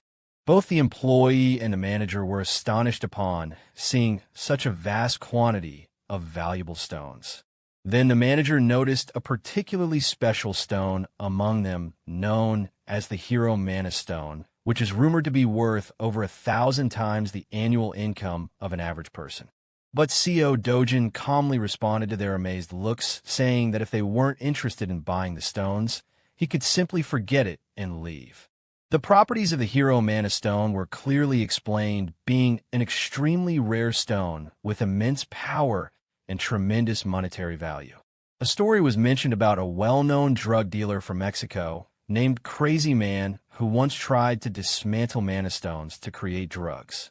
But while doing so, the Mona's power awakened him as a hero for the first time. Since then, these stones have become highly important to heroes because of their incredible strength and ability to enhance mana. In the store, the manager and the employee kept staring at the rare stone in astonishment, fully aware of its great value. But CEO Dojin calmly asked them to return the stones to the bag because he was going to leave. The manager's attitude changed instantly, and he addressed CEO Dojin with extreme politeness and a wide smile, asking him to sit for a moment while they assessed the stones. The employee immediately began gathering the stones and carefully arranging them on the table. CEO Jun sat and waited for the evaluation, drinking his beverage with cold detachment. While waiting, the manager cautiously tried to discuss the commission rate of only 0.5%, expressing concern that it was too low. CEO Dojin responded indifferently, telling him, "Then don't accept the deal." The manager became extremely tense and quickly apologized, clarifying that he didn't mean to reject it. He was just curious. The manager asked CEO Dojin why he reduced the commission to 0.5%, and CEO Dojin replied by stating the reason was simply his annoyance. The manager was filled with fear and quickly apologized, admitting he had made a mistake by not thinking carefully. CEO Dojin responded with obvious coldness, saying he was tired of hearing apologies and clearly asked whether the manager would accept the raid or not. The employee watched the situation unfold, feeling angry about the way CEO Dojin was treating his manager, internally calling him rude and arrogant. The manager tried to explain the significance of these stones and said that most other companies buy them at market price without any commission and that Sei Dojin wasn't even being charged a high rate here. Sei Dojin interrupted him and said, "This conversation is too long. If he doesn't like it, I'll just leave." The manager started lowering the rate quickly, first suggesting a 9% commission, then 8%, but CEO Dojin mockingly rejected all of his offers. The manager continued trying to negotiate with CEO Dojin, gradually lowering the commission to 7%, then 6.5%, but CEO Dojin rejected them all and mocked his poor negotiation skills. The manager dropped to his knees in desperation before CEO Dojin, but CEO Dojin offered him a 1% rate as a gesture based on their previous dealings. However, when the manager screamed internally and called CEO Dojin a highway robber for demanding such a rate, it became clear how angry and desperate he felt. CEO Dojin gave him a calm smile and told the manager quietly that just so he knows, he still had about 7 more bags filled with the same kind of stones. At that moment, the manager's attitude changed completely. He shouted at the employee to hurry and bring the contract immediately. Realizing the value of the deal, he had almost lost. CEO Dojin looks at his phone and thinks that achieving the dream of buying a house worth 110 billion won no longer seems impossible given the amount of money he has managed to gather so far. But he soon faces a new problem. He can't obtain high-quality mana stones just from regular gates. He thinks to himself that it would be great if he could enter rift zones freely, as they're the main source of high-grade mana stones. Suddenly, CEO Dojin's phone emits a loud notification sound. The store manager concerned asks if a monster wave has broken out. SEO Dojin looks at the phone, and it turns out the message is about a new monster wave emerging in the United Kingdom, specifically in the southern region. The alert advises all travelers and business people to immediately revise their plans. A sarcastic smile appears on CEO Dojin's face, and he internally describes those who failed to control the situation as incompetent. CEO Dojin then walks down the street, recalling that in the past, when he was a hero who followed official orders and instructions, he would have rushed immediately to help contain the rift zones. But now he tells himself that he no longer lives that way. In another scene, Yunying and her grandmother sit around the dining table, visibly surprised by the luxurious spread of food before them. The grandmother, looking at the menu in disbelief, wonders aloud if it makes sense for 100 grams of meat to cost 250,001. Clearly worried about the price of the meal. But CEO Dojin calmly and confidently tells her that he made a lot of money this time, so they can eat without worry and enjoy as much as they want. Anyong looks extremely happy as she starts eating the delicious food, clearly enjoying the taste and showing her joy openly. On the other hand, the grandmother remains hesitant and seems concerned about the high cost of the meal. Ignoring his grandmother's concern, CEO Dojin asks the waitress to bring more of the most expensive meats on the menu. The grandmother questions again why he's ordering such large amounts of food, telling him that she doesn't know how they'll possibly finish all of it. But CEO Dojin smiles confidently and gently tells her that they should just enjoy and eat as much as they like today, encouraging her to eat more. The grandmother is hesitant at first, but eventually takes a piece of meat and tastes it. Anyong excitedly expresses how much she loves the food and urges her grandmother to eat quickly, insisting it's incredibly delicious. The grandmother begins to eat and shows clear enjoyment of the taste, with signs of happiness and satisfaction appearing on her face. Meanwhile, a mysterious figure with purple hair walks confidently toward the place where CEO Dojin's family is seated. This mysterious figure approaches CEO Dojin's table and addresses him, saying, "Mr. CEO Dojin." CEO Jun turns to her with a sharp and confident look, waiting to hear what she has to say. The mysterious woman politely asks to speak with him privately for a moment, but CEO Dojin responds with clear coldness, telling her that he is currently having a meal with his family, and if she has something to say to him, she should come back after he finishes eating. After CEO Jun's cold response to Hyuno Yen, She falls silent in surprise and stares at his back, astonished that he would ignore her despite her great fame. Hyunho calmly agrees to his request and steps aside to sit nearby, wondering to herself with some confusion, what kind of strange man dares to ignore her like that? People in the restaurant begin to stare at Hun Jojo Yin in amazement, recognizing her as a highly famous and well-known figure. Whispers spread through the place, pointing out that she's the world-class S-rank hero and global celebrity. Hun Joon. Some comment that she truly deserves the title of the world's strongest hero, while others wonder who the person is that she's waiting for in such a manner. Hun Jojo Yin thinks to herself that Seo Dojin is the man who suddenly appeared 2 months ago and was confirmed dead after entering the rift. Yet clearly, he is very much alive. She continues pondering, remembering how just one glance and a single word from Seo Dojin had made her feel deeply nervous. Internally, she wonders how it's even possible for someone who awakened recently like Seo Dojin to become this powerful in only 2 months. Especially when one of the world's richest businessmen, known as the Oil Baron, took 5 years after awakening to reach Shrank. She firmly tells herself there's no way this man became an S-rank hero in just 2 months and assumes he must possess some other special ability that makes him strong. Meanwhile, Seo Dojin's family finishes their meal, and Eunyoung expresses great joy after enjoying such a delicious feast. The family turns to leave the place, but they stop when Eunyoung and her grandmother notice someone approaching them with distinct footsteps. Seo Dojin turns around calmly, but his expression sharpens with seriousness, preparing for whoever is coming.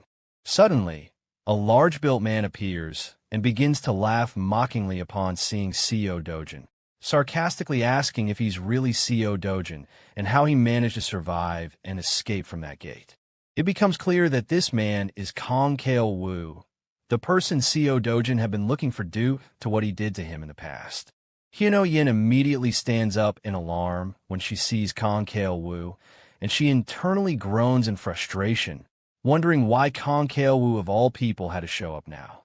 Kong Kail-woo confidently steps towards Seo Do-jun, while Seo Jun's family stands behind him. Tense and shocked, Kong Kail-woo stretches out his hand to stop Seo Jun and tells him to stand still and not move. But Seo Do-jun ignores him, turning instead to Han Yin and saying that he's free now since she previously said she had business with him. Kong Kail-woo quickly turns, stunned, to see Han Yin suddenly standing in front of him. He looks at her in confusion, questioning why she's here. Seo Dojin calmly steps in and says to Han Joon, "I'll listen to what you have to say, but can I ask for your help with something for my family first?" Han Joy cautiously asks what exactly he needs, and he replies calmly that she should call a taxi for his family and help him get in. Seo Dojin then adds with a very confident look, "As for him, there's a debt that needs to be collected first." Hyunho quietly and attentively fulfills Seo Dojin's request, helping the grandmother and Yunying into the taxi and reassuring them to get in without worry. She says goodbye to little Yunying with a kind smile and warmly waves to her. The taxi carrying Seo Dojin's grandmother and his sister Yunying drives away, and Han Yin sigh in clear relief after seeing them off safely. Meanwhile, Seo Dojin delivers an extremely powerful punch to Kong Kail-woo, causing him to stagger back, shocked and in pain. Kong Cha-woo becomes absolutely enraged, his eyes turning red with fury, and he vows that Seo Dojin will pay dearly for that hit. One of the restaurant workers tries to defuse the situation and ask them not to fight inside the premises, but Kong Chi-woo violently shoves her aside in anger and yells at her to get away from him immediately. Chaos erupts in the restaurant, and customers start rushing out in fear, afraid that the situation will escalate. Kong Kail-woo screams at Seo Dojin, threatening to kill him and furiously demanding to know if he really has a death wish. But Seo Dojin faces him with immense confidence and strength, landing another powerful blow that completely knocks Kong Kail-woo off balance. Kong Kail-woo stumbles back in pain and clearly shaken by the unexpected strike. Struggling to regain his footing, Seo Dojin approaches him calmly and calls out clearly, Kong Kail Wu. He then firmly reminds Kong Chi Wu of what he did in the past, how he tried to kill him by trapping him inside a gate to die. Seo Dojin angrily states that there are a lot of things they need to talk about clearly and directly. Kong Cha Wu responds with bitter sarcasm and rage, saying he has nothing to say to a worthless person like Seo Dojin, and even mentions that his own father abandoned him. Smirkingly, he also mentioned that his stepmother wanted him dead. Then Seo Dojun pulls out his phone and starts recording the conversation, demanding that Kong Cha Wu repeat what he just said clearly. Kong Cha Wu refuses in rage and shouts furiously that he'll never do that.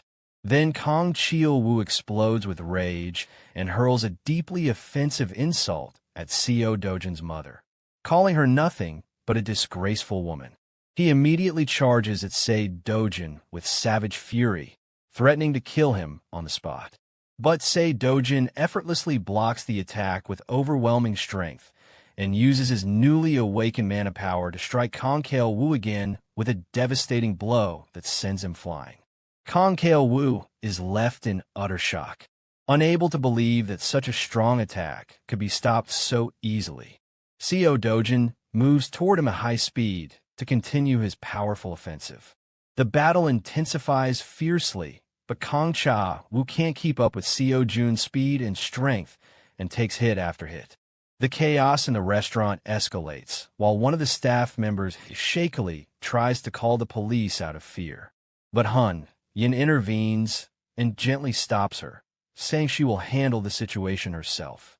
The worker thanks Hun Yin with deep gratitude for stepping in and resolving the crisis. Seo Dojin unleashes a barrage of extremely powerful strikes on Kong Kail Wu in a scene filled with rage and violence, completely dominating the confrontation. As the confrontation continues, Seo Dojin lands a powerful blow on Kong Kail Wu, sending him crashing to the ground. A voice is heard in the scene commenting in disbelief that Kong Kail Wu, a B-rank hero, was defeated so easily. Speculation continues about Seo Dojin's power, with some saying he might be a rank. But even so, he shouldn't be able to overpower a B-rank hero this effortlessly. Hyen Joan calls out to Seo Dojin as he calmly advances toward his opponent. From a distance, Hun Yin watches the situation and quietly tells Seo Dojin his opponent will die if he continues. He walks towards Seo Jun and addresses him again. Then she seriously asks how much he truly knows about Kong Chi Wu. Seo Dojin replies with complete calm and great confidence, saying he knows enough, then asks her in surprise whether that's a problem for her. Hyuno Yin responds with clear concern, firmly saying, yes, that is a problem. She then explains the reason, saying the issue is that Kong Kail Wu's cousin is Kong Yong Bio, an S-rank hero. But Seo Dojin replies indifferently, saying he already knows that, and asks her again whether that's a problem for her. Hyun Joan is shocked by his calm response, and thinks to herself in disbelief how he could know such a dangerous fact and still act like he doesn't care about the consequences. She considers his behavior extremely reckless. At that moment, Kong Kail Wu is still on the ground, while Hyuno Yin tells Seo Dojin that the only reason he's still alive after everything he's done is because his cousin Kong Yong Bio has been protecting him. He calls Seo Dojin's actions dangerous and reckless, then warns him that if he really thinks he can take on Kong Yong Bio, he's essentially sentencing himself to death. Hun Jojo Yin asks Seo Dojin if he truly isn't afraid of Kong Yong Bio. Seo Dojin replies with absolute confidence and clear coldness, saying the more important thing right now is that she's starting to annoy him. Seo Dojin and Hun Yin stand face to face, locking eyes with sharp and challenging gazes. Meanwhile, the terrified waitress, shaken by the entire confrontation, tells Hyun Jojo Yin in fear that she had promised to handle the situation herself. The tension between Seo Dojin and Hun Yin continues, and it feels like the confrontation could drag on for a while, but Hun Yin sighs and apologizes to Seo Dojin, saying she didn't want to show up this way, but she came because her uncle asked her to resolve this problem. She then gets straight to the point and tells him she knows he sold mana stones at Gas and Stoneman and asks him to sell them to her instead. Seo Dojin coldly and bluntly asks how much she's willing to pay for the stones. Hun Jojo Yin clearly tells him she'll buy whatever amount he has regardless of the quantity. Soto Jun gives a slight sarcastic smile and tells her that's actually very good. Hun Yin confidently explains that the wealth of an S-rank hero exceeds anything he can possibly imagine. While Kong Cho Wu is still lying on the ground, Seo Dojin says he's not against the deal, but he has one condition that must be met first. Hyuno Yin asks him what the condition is. Seo Dojin replies with cold composure and confidence, saying the condition shouldn't be a big deal, especially if it's Hun Yin who's handling it. In a sudden cut to another scene, a cup is seen shattering violently on the ground. His stepmother, Hong Haiju, screams in frustration, saying he was supposed to be dead. She continues shouting that she thought he had died inside the new rift. In another scene, a second cup shatters as Mr. Lee appears in a state of shock and disbelief. Mr. Lee apologizes deeply. It says that even the Hero Association itself was convinced that the man in question was dead. Hong Ju is in a state of extreme anger, screaming at one of her staff after smashing a cup on the floor, telling him not to make excuses. She then demands to know furiously how he plans to fix the situation. The employee hesitates slightly before nervously saying he has something important to report to her. The employee tells Hong Haiju that Kong Kale Wu was beaten by Seo Dojin. Hong Haiju is completely shocked by the news and exclaims in disbelief, "How did that idiot Kong Cha Wu let this happen?" She thinks to herself that Seo Dojin might have found something out. Hong Haiju starts to consider the consequences, telling herself that if her husband or father-in-law finds out, it'll cause a huge problem. However, she adds that she'll find a way to handle it. She also worries that if the news reaches the media, it could trigger a major stock market crash. She starts screaming again, ordering her staff to shut everything down, control the media and social networks, and cut off all communications. She yells that the first thing they need to do is sever contact with the police. One of the employees calmly informs her that the media and the police have already been silenced. Hong Haij relaxes slightly and tells the employee named President Lee that he did a good job, but he quietly reminds her that she should know very well these measures are neither permanent nor foolproof. President Lee steps closer to Hong Haiju and quietly tells her that Kong Kale Wu's cousin is Kong Yongbyo. Hong Haiju is extremely shocked and quickly stands up asking President Lee if he truly means that Kong Yongbyo. She recalls that Kong Cha Wu had a very bad reputation and that everyone believed Kong Yongbyo had completely disowned him. But in reality, Kong Kale Wu was just doing the dirty work on behalf of Kong Yongbyo. President Lee explains that having Kong Chi Wu show up in the media like this won't be good for Kong Yongbyo either. So, it seems that the latter has already started taking action on his own. Hung Gi-ju instructs President Lee to arrange a meeting with Kong Yongbyo immediately. President Lee confirms he understands. Then Hong Haij calmly tells him that HC Capital run by Hong Chung-seo has betrayed them and asks if that's true. President Lee confirms it is and that Hong Chung-seo is now protecting Seo Dojin's family. Hong Ju becomes visibly furious and orders President Lee to contact Prosecutor Park immediately. She declares furiously that Hong Chung-seo will pay dearly for choosing Seo Dojin's family over her.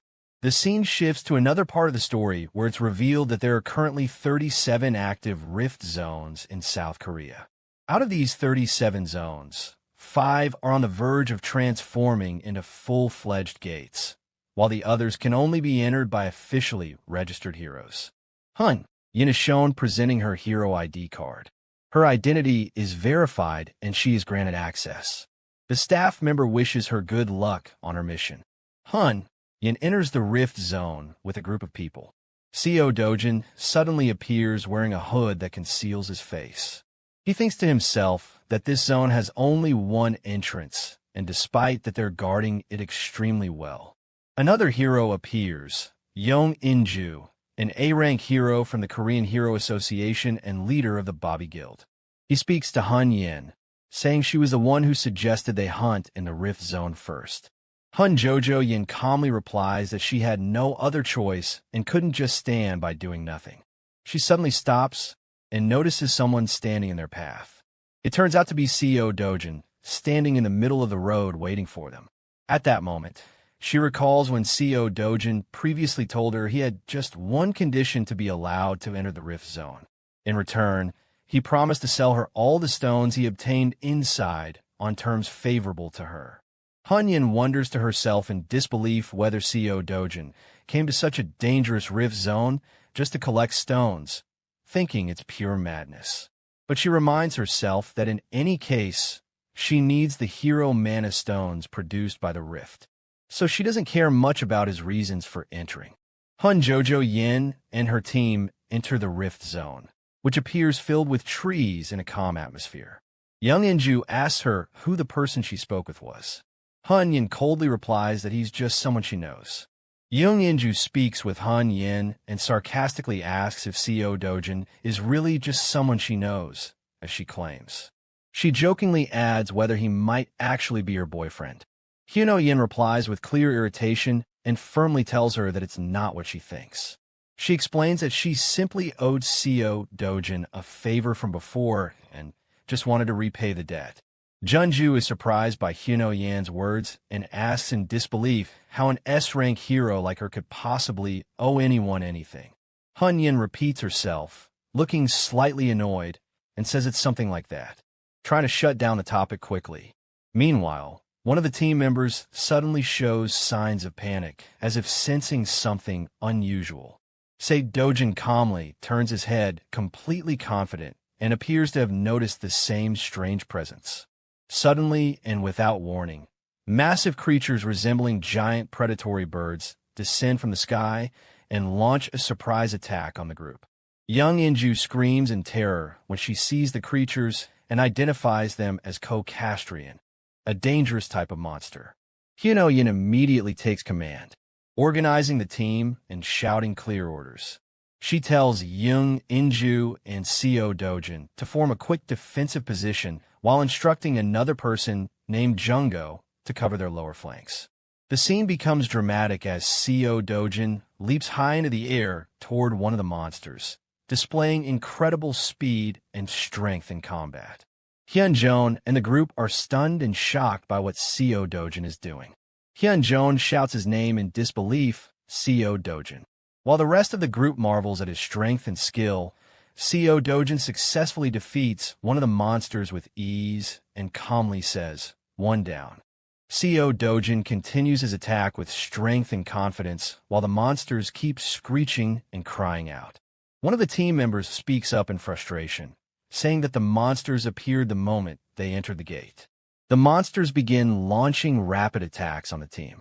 While everyone tries to evade and retreat, Hyuno Yin quickly begins giving instructions to her team, ordering Jin Ho and Daeong to cover the flanks while asking someone else to secure the lower area. CEO Dojin rushes toward a monster preparing to strike, and a spark of power and challenge glows in his eyes. A direct confrontation begins between CEO Dojin and the monster, which attacks violently, but CEO Dojin blocks it with immense strength. Mana flames start to ignite around CEO Dojin's hand, showing he's preparing for a powerful strike. CEO Dojin unleashes his devastating fire attack at the monster, causing a massive explosion that shakes the entire area. Hunjone and the rest of the team watch the scene in stunned silence and disbelief as CEO Dojin calmly walks toward the monster that has collapsed on the ground. One of the team members asks in complete astonishment if the monster really died from a single hit. CEO Dojin responds calmly and seriously, saying that the monster isn't dead yet. CEO Dojin charges again and delivers a crushing finishing blow to end it completely. Expressions of shock and tension are clear on the faces of the team members, including Han Yen, at the display of CEO Dojin's power. Young Inju asks in disbelief and amazement who CEO Dojin really is. Astonished by his overwhelming strength, Hyun-jong, visibly flustered, answers awkwardly, saying he's just a strong human. But Young-yu protests angrily and emotionally, saying there's no way he's just a strong human, especially not after defeating a Cocastrian with a single blow. Hunyin smirks sarcastically and tells her that she too could easily take down a monster like that. But Young-yu objects again emotionally, questioning how she can say that when they all saw the monster couldn't even dodge a single punch. Tension is clearly written across Hanyan's face, while her sister continues passionately talking about how powerful Seo Dojin is and how he managed to defeat such a formidable monster. Hyun-jong silently stares at Seo Dojin, wondering to herself just who this mysterious man really is. Hyun-yin calmly and seriously tells Young In-ju that she needs to change the plan they had originally set. She tells her team that she's decided they'll head straight to the heart of the area. Meanwhile, Seo Dojin calmly sits in front of the slain monster and begins carving up its body with a knife, clearly stating that he doesn't intend to share the spoils with anyone who didn't participate in the fight. Hun-yin replies with calm confidence that she never intended to ask for a share in the first place. Then she adds in a serious and clear tone that his skills don't seem suited for a place like this. She confidently asks him if he's interested in venturing deeper into the Rift Zone with her. Saijin smiles confidently and replies, "That sounds fun." Hun Jojo Yin steps forward and with full confidence tells him that she knows the geography of the place well and asks him to follow her if he wants to leave the area safely. Hyuno Yin dashes forward at high speed into the forest while Seo Dojin quietly watches her from a distance. He watches her as she disappears at an incredible pace, but remains in place without saying a word. After a moment of thought, Seo Jun begins sprinting rapidly in the same direction Hunjo Yin went. Meanwhile, where one of them asks Young In-ju, the guild leader, if they're going to move. Young In-ju asks him if he thinks he can keep up with the other's speed, and he clearly replies that he doesn't think so. Young In-ju then tells her team that they're just background characters today and instructs them to keep hunting as usual. Young In-ju feels an internal sadness, thinking to herself that even though she's an A-rank hero, she feels completely insignificant when compared to S-rank heroes like Hyuno Yin. Hyo Yin keeps moving at tremendous speed, wondering to herself if she should slow down a little, but suddenly Seo Dojin flashes past her at an incredible speed, overtaking her with ease. Hun-jong is stunned when she sees Seo Dojin pass her so easily, the shock clearly written on her face. She thinks in disbelief and frustration about what just happened, wondering if she really got overtaken, even though she came in the top 2 fastest hero in Korea. Seo Dojin calmly smiles and tells Han Yin that she's slower than he expected. He adds sarcastically that she was running like she was trying to get rid of him. Hun Jojo Yin shouts in frustration and confusion, asking him who exactly is trying to get rid of whom. Her face shows clear embarrassment and irritation as she angrily wonders to herself when she ever did something like that. Seo Dojin stops for a moment to examine the path ahead, while Hun Yin appears exhausted trying to keep up with him. He looks toward a massive mountain visible on the horizon. Hun-jong notices his intense focus and nervously asks what's there. Hun-jong explains seriously that the place he's looking at is where the boss monster of the Rift Zone resides. She goes on to explain that the boss monster is called Kazarian, a massive beast resembling a pterosaur, and it's about 20 m long. She adds firmly that even thinking about fighting it is out of the question. It takes at least 3 S-rank heroes to bring it down. But Seo Dojin ignores Han Yan's warning and simply asks if the boss monster possesses a high-grade E-class Mana Stone. Hyunj Yin replies that yes, it does indeed have that kind of high-quality Mana Stone. She suddenly realizes that Seo Dojin is approaching the location calmly and asks him in a panic if he really plans to fight it. Hun Yin voices her frustration, saying she didn't bring him here to do something so reckless. But Seo Dojin pays no attention to her warnings and instead charges forward at incredible speed toward the boss monster's location. Hun Jojo Yin screams in terror and utter shock, wondering to herself what on earth Seo Dojin is thinking. The fear is clearly written all over her face. Hun Joan tries to stop Seo Dojin, shouting after him to stop, but Seo Dojin ignores her call and continues sprinting at immense speed toward his target. A scene appears showing a massive mountain dominating the landscape, with the place appearing deeply mysterious. Moments later, Hien Joa Yin stops in her tracks, stunned, wondering what just happened. Expressing her great confusion about Seo Dojin's speed and strength, she turns and sees the body of the boss monster, Caesarion, lying on the ground, already defeated. Shock and astonishment are clearly visible on Hyun Joy's face when she realizes that the massive beast Caesarion was taken down so easily by Seo Dojin. Hyun Joan recalls and reminds herself that Caesarion is an incredibly powerful monster and that in the past the only one who managed to defeat it was an S-rank hero named Park Hyul. It's mentioned that Park Hyul is a very famous S-rank hero known for slaying the monster Caesarion. Even Park Hyul couldn't defeat Caesarion in his first battle, except with extreme difficulty despite being accompanied by 30 A-rank heroes. It's stated that all of the A-rank heroes who participated in that first battle died, and only Parkle barely survived. It is later mentioned that Parkle decided to launch a revenge battle, this time accompanied by another S-rank hero and 200 A-rank heroes. A fierce battle ensued during which Parkle launched a brutal and intense attack on the monster Caesarion. Eventually, Parkle succeeded in killing Caesarion once and for all. But despite that success, most of the heroes who joined that revenge battle were killed, and the Mega Guild Sweet Life that Park Hyul built was not able to recover its strength even after 3 years.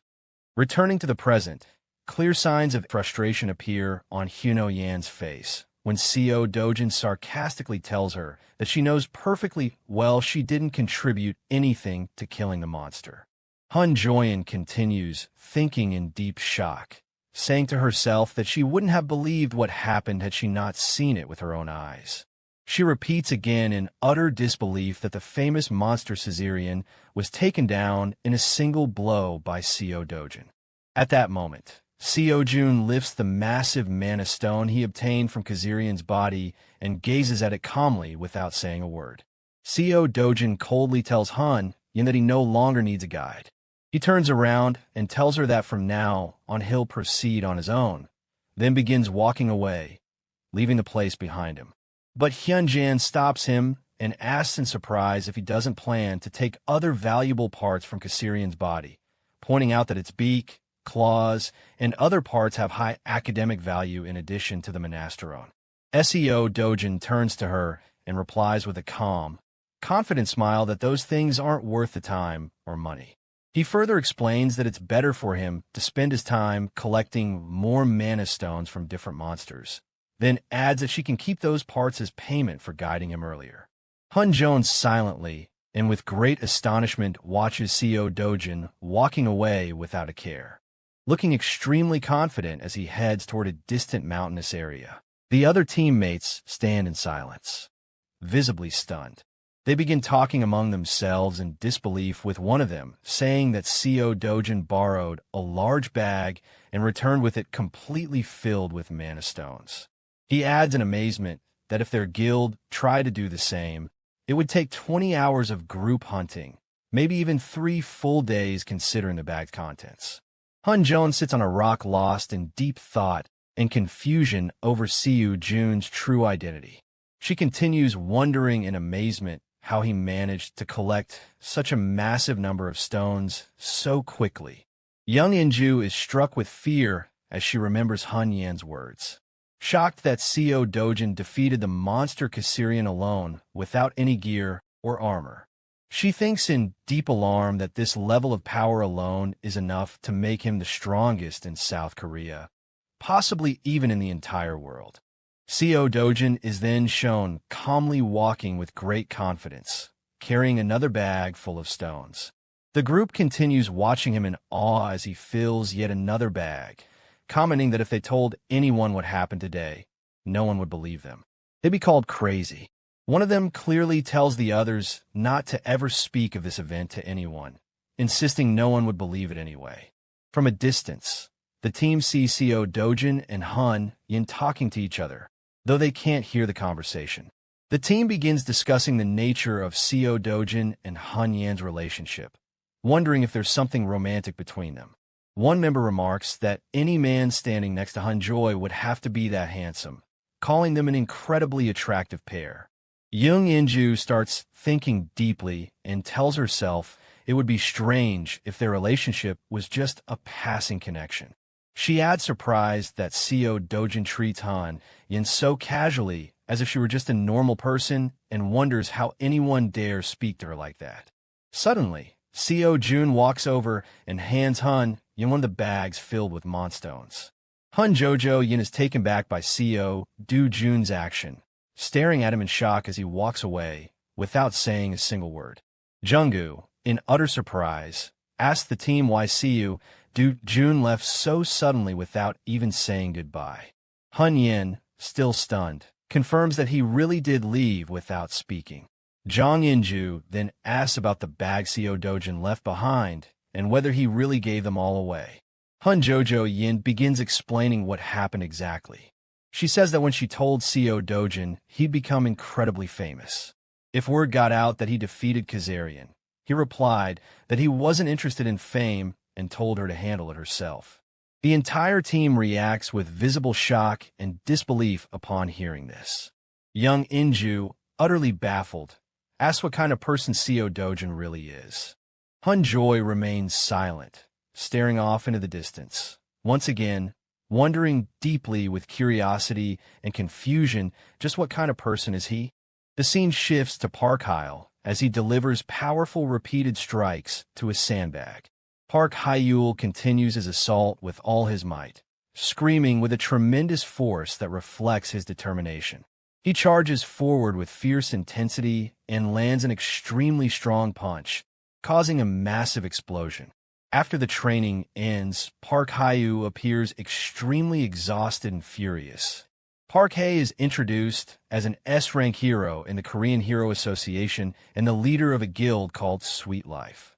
At that moment, a man in a formal suit approaches him, asking him to calm down and reminding him of a popular saying, "The frog that crouches the longest jumps the farthest." The man continues explaining that patience in tough times will only increase his fame and reputation. Park agrees with the man and says he'll make everyone who underestimated him pay the price. The man assures him that as his power builds up gradually, it will eventually explode one day. The man goes on to say that this day will certainly come, and when it does, everyone will kneel before Park Hae. He adds that no one knows better than Park Hyle how to defeat the monster Kazarian. The man smiles and explains that Park Hae-ul will go down in history as the hero who defeated Kazarian with the smallest team possible, and that the Hero Association might even grant him exclusive rights to hunt the beast. Park Hae-ul laughed confidently, affirming that he truly is the one who knows best how to defeat the monster. He then looks at an old group photo, which reminds him that his guild has become far weaker than it was 3 years ago. Nevertheless, Park Hae continues speaking with confidence, claiming that he's still the only one capable of defeating that giant flying monster. The man smiles and assures him that no one else can do it but him. The story then shifts to another location, showing an image of a large building along with some files and photos where the name Seo Do Jun is mentioned. A man named Kong Yong Bio, another S-rank hero in the Korean Hero Association and the cousin of Kong Kale, Wu holds the documents and curiously asks if they are about Seo Dojin. This is confirmed, and one of the men explains that Kong Kale Wu tried to get rid of Seo Dojin by sending him into a rift a few months ago, but he didn't die. Instead, he awakened inside the rift. Hong Hiju is mentioned as well, the CEO of the T Group and the second daughter of the W Group. She was the client who requested the elimination of Seo Dojin. Kong Yong Bio asks in surprise why a wealthy woman like her would care about a nobody like Seo Dojin. It is explained that Seo Dojin is an illegitimate child of the T Group, taken in at the age of 7, but cast out after Hong Hai-ju gave birth to her own child 6 years ago. Kang Yong-bio smirks sarcastically and says that blood relations don't matter in the world of the wealthy. Kang Yong-bio then asks how much money Kang Cha will receive for the job, and he's told it was 3 billion won. Kang Yong-bio remarks that the amount is too little.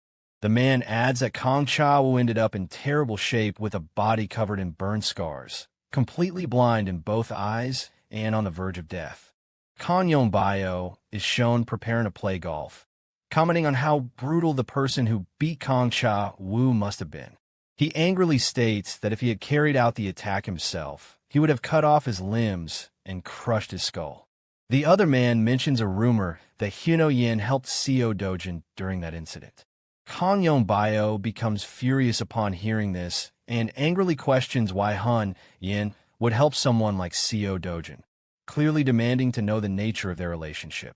The assistant seems hesitant to confirm the nature of the relationship between Hyun-yin and Seo Dojin, cautiously stating that he's not sure what their connection is, but thanks to Hyuno-yin's testimony to the police, the case was quietly closed. Kang Yong-bio becomes furious and yells at the assistant, demanding that he find out the nature of the relationship between Hyuno-yin and Seo Dojin immediately, insisting that they must know the full details, stating that if it's not a romantic relationship, then there must be some kind of deal or arrangement. The assistant becomes extremely flustered and says he'll look into it right away, then rushes out of the room in a hurry. The rage on Kang Yong-bio's face is unmistakable as he grips his golf club tightly and hurls it to the ground in anger, expressing his frustration at the situation. Kang Yong-bio thinks to himself that Hong Hai-ju will soon come looking for him, since she'll want to hire him for the job Kang Cha-woo failed to complete. A sly, confident smile appears on his face as he tells himself that she's a rich woman with plenty of money, so he'll benefit greatly from the situation. Meanwhile, Seo Dojin is shown walking alone at night under the moonlight heading toward his new home. He thinks to himself that hunting in rift zones is far more effective than hunting in gates. He realized that for now, on Hill, Need Hun Jojo Yan's help to enter and exit rift zones. Hyuno-yin is then shown talking to Seo Dojin about the mana stone they obtained from the monster Kasserian. She says that selling the stone would cause the media to chase after them day and night to find out who killed the monster. So for now, she prefers to keep it hidden. She also tells him that if he wants fame, she won't stop him and asks what he intends to do about it. Seo Dojin smiles calmly and tosses her a bag full of mana stones he collected from the rift. He then decides internally that he must find another way to access the rift zone without relying on Hyuno-yin. Seo Dojin decides to return to the new home prepared for him by Hangchong Seo to rest there for the time being. Upon entering the house, he immediately notices something strange that makes him feel uneasy. He closely examines the shoes at the entrance and confirms that there are strangers inside his home. Suddenly, his little sister Yunying screams with joy and shouts, "Appa!" when she sees him. Seo Dojin turns toward the room to find a group of men in black suits standing suspiciously behind Yunying and their grandmother. The expression of the man sitting at the center clearly shows he holds a high position. Yunying runs towards Seo Dojin at full speed and clings tightly to him, repeatedly calling out, "Appa!" with visible fear. Seo Dojin calmly and cautiously asks the men who they are and what they're doing there. The seated man calmly introduces himself as Prosecutor Park Chi-young from the Seoul District Prosecutor's Office, then asks Seo Dojin if he knows someone named Hwang Chung-sip. Seo Dojin remains silent and tense while Yunying clings to him in fear over what's happening. The prosecutor informs Seo Dojin that he is under emergency arrest on suspicion of involvement in illegal high-interest lending operations run by Hang Chong-sip through HC Capital. Scenes shift to a towering government building. Dojin sat alone on a chair in a quiet, dimly lit room. His eyes flicked to the side at the sound of approaching footsteps echoing from the hallway, accompanied by a voice. "Yes, Director Lee. Don't worry. Both Huang Chang-up and Seo Dojin are behaving themselves." The door creaked open. Park Chi-long entered, still talking on the phone, Thank you for even worrying about my daughter's overseas studies. While he chatted casually, Dojin remained silent behind the thick glass of the interrogation room. And please extend my sincere thanks to Director Hong as well. But his gaze soon fell on the thin, motionless figure seated across the room. His expression shifted and steely. You want to know why I became a prosecutor?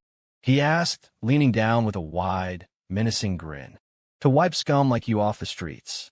With a sharp thud, he slammed a heavy stack of documents onto the table. Grabbing a few sheets, he flipped through them and says, "Let's see. Just these charges alone will get you a minimum of 10 years. His tone turned razor sharp and says, "Thanks to Huang Changup's testimony, we already have more than enough to bury you." Dojin's eyes grew dark and heavy with fury. Qilong shot and says, "Look at this bastard. Do you seriously think I'm fabricating all this?" Suddenly, Dojin's voice cut through the tension like a blade. "Hung Haiju. It's her, isn't it?" Qilong froze, thrown off. "Who? Hong Haiju? Who the hell is that?" But Dojin had gone quiet again, lost in thought. Looks like Huang Changup's side has already been crushed. I kept quiet to avoid escalation. But now, Qilong clicked his tongue in irritation and paced closer to Dojin, muttering, "Where the hell did a punk like you hear that name?" Leaning in threateningly, his voice dropped to a sinister growl. "You really think the prosecutors of the Republic of Korea are small fries? Your life's over, idiot." But at that moment, something flickered in Dojin's eyes, subtle but chilling. It sent a wave of dread crawling up Qilong's spine. He instinctively stumbled backward, cold sweat forming on his brow. Qilong clenched his teeth, struggling to find words. Then, in a burst of frustration, he shouted, "You bastard." But the door creaked open again, cutting him off. Both men turned as another officer stepped in, holding a folder. "Prosecutor Park, I'll have to ask you to step outside for a moment." "What?" Qilong's voice echoed down the hall, baffled. His eyes narrowed as he glanced at the report in the man's hands. "Is this thing broken or what?" A second voice answered from behind. "No, sir. I double-checked. The device is functioning properly." Qilong's fingers tightened around the page. "The awakening scanner says he's a civilian." "That's impossible. That guy is Sei Dojin." "I'm not sure," the assistant stammered. "Maybe the intel about his awakening was wrong." "No. This data came straight from the T Corporation's investigation. It can't be wrong. And he knows the name Hung Haiju. Just who the hell is this guy?" Inside the stark, cold interrogation room, Dojin sat alone, his hands still bound. He let out a quiet sigh. His gaze sharpened, ice-cold and bitter. "So this is why people call Korean prosecutors the Justice Department's hunting dogs," he muttered. "Maybe I should just burn it all down." Before he could sink deeper into that thought, the door opened once more. Hyun Ju-yun stepped inside, head tilted, curious. "What are you doing here?" Still restrained, Dojin exhaled. "I wish I knew." Ji-yun placed her hands on her hips, her gaze stern. "Don't do anything reckless. I know you're angry and confused, but if you use your powers now, the consequences will be severe." Dojin looked up at her, his eyes sharp, yet calm. "So, you're here to help me?" Hyun Ju-yun folded her arms, her expression unreadable. "Not exactly helping, but now that I know you're innocent, it changes everything. If I didn't know, that would be one thing. But knowing an innocent person is being framed, someone has to fix that, don't they?" Dojin's lips curled into a faint, unreadable smile. Then Hyun Ju-yun leaned down, whispering in his ear. "The Hero Association is launching an investigation. They're cracking down on illegal hero licenses and keeping a close eye on new rifts around Mapo." But his next question caught her completely off guard. "And what about my family?" She froze for a moment, then forced a casual shrug. "What do I look like to you, your secretary? Why would I be looking after your family?" But faced with his cold, unwavering gaze, she faltered. Her eyes shifted away awkwardly. Shoving her hands into her pockets, she turned toward the door. "They're safe, so stop worrying." Dojin's expression softened just slightly as he nodded. "Thank you. I'll repay this debt." A faint blush rose to Hyun Ju-yeon's cheeks as she glanced back, her voice stumbling, asking Dojin to be patient as she will solve it as soon as possible.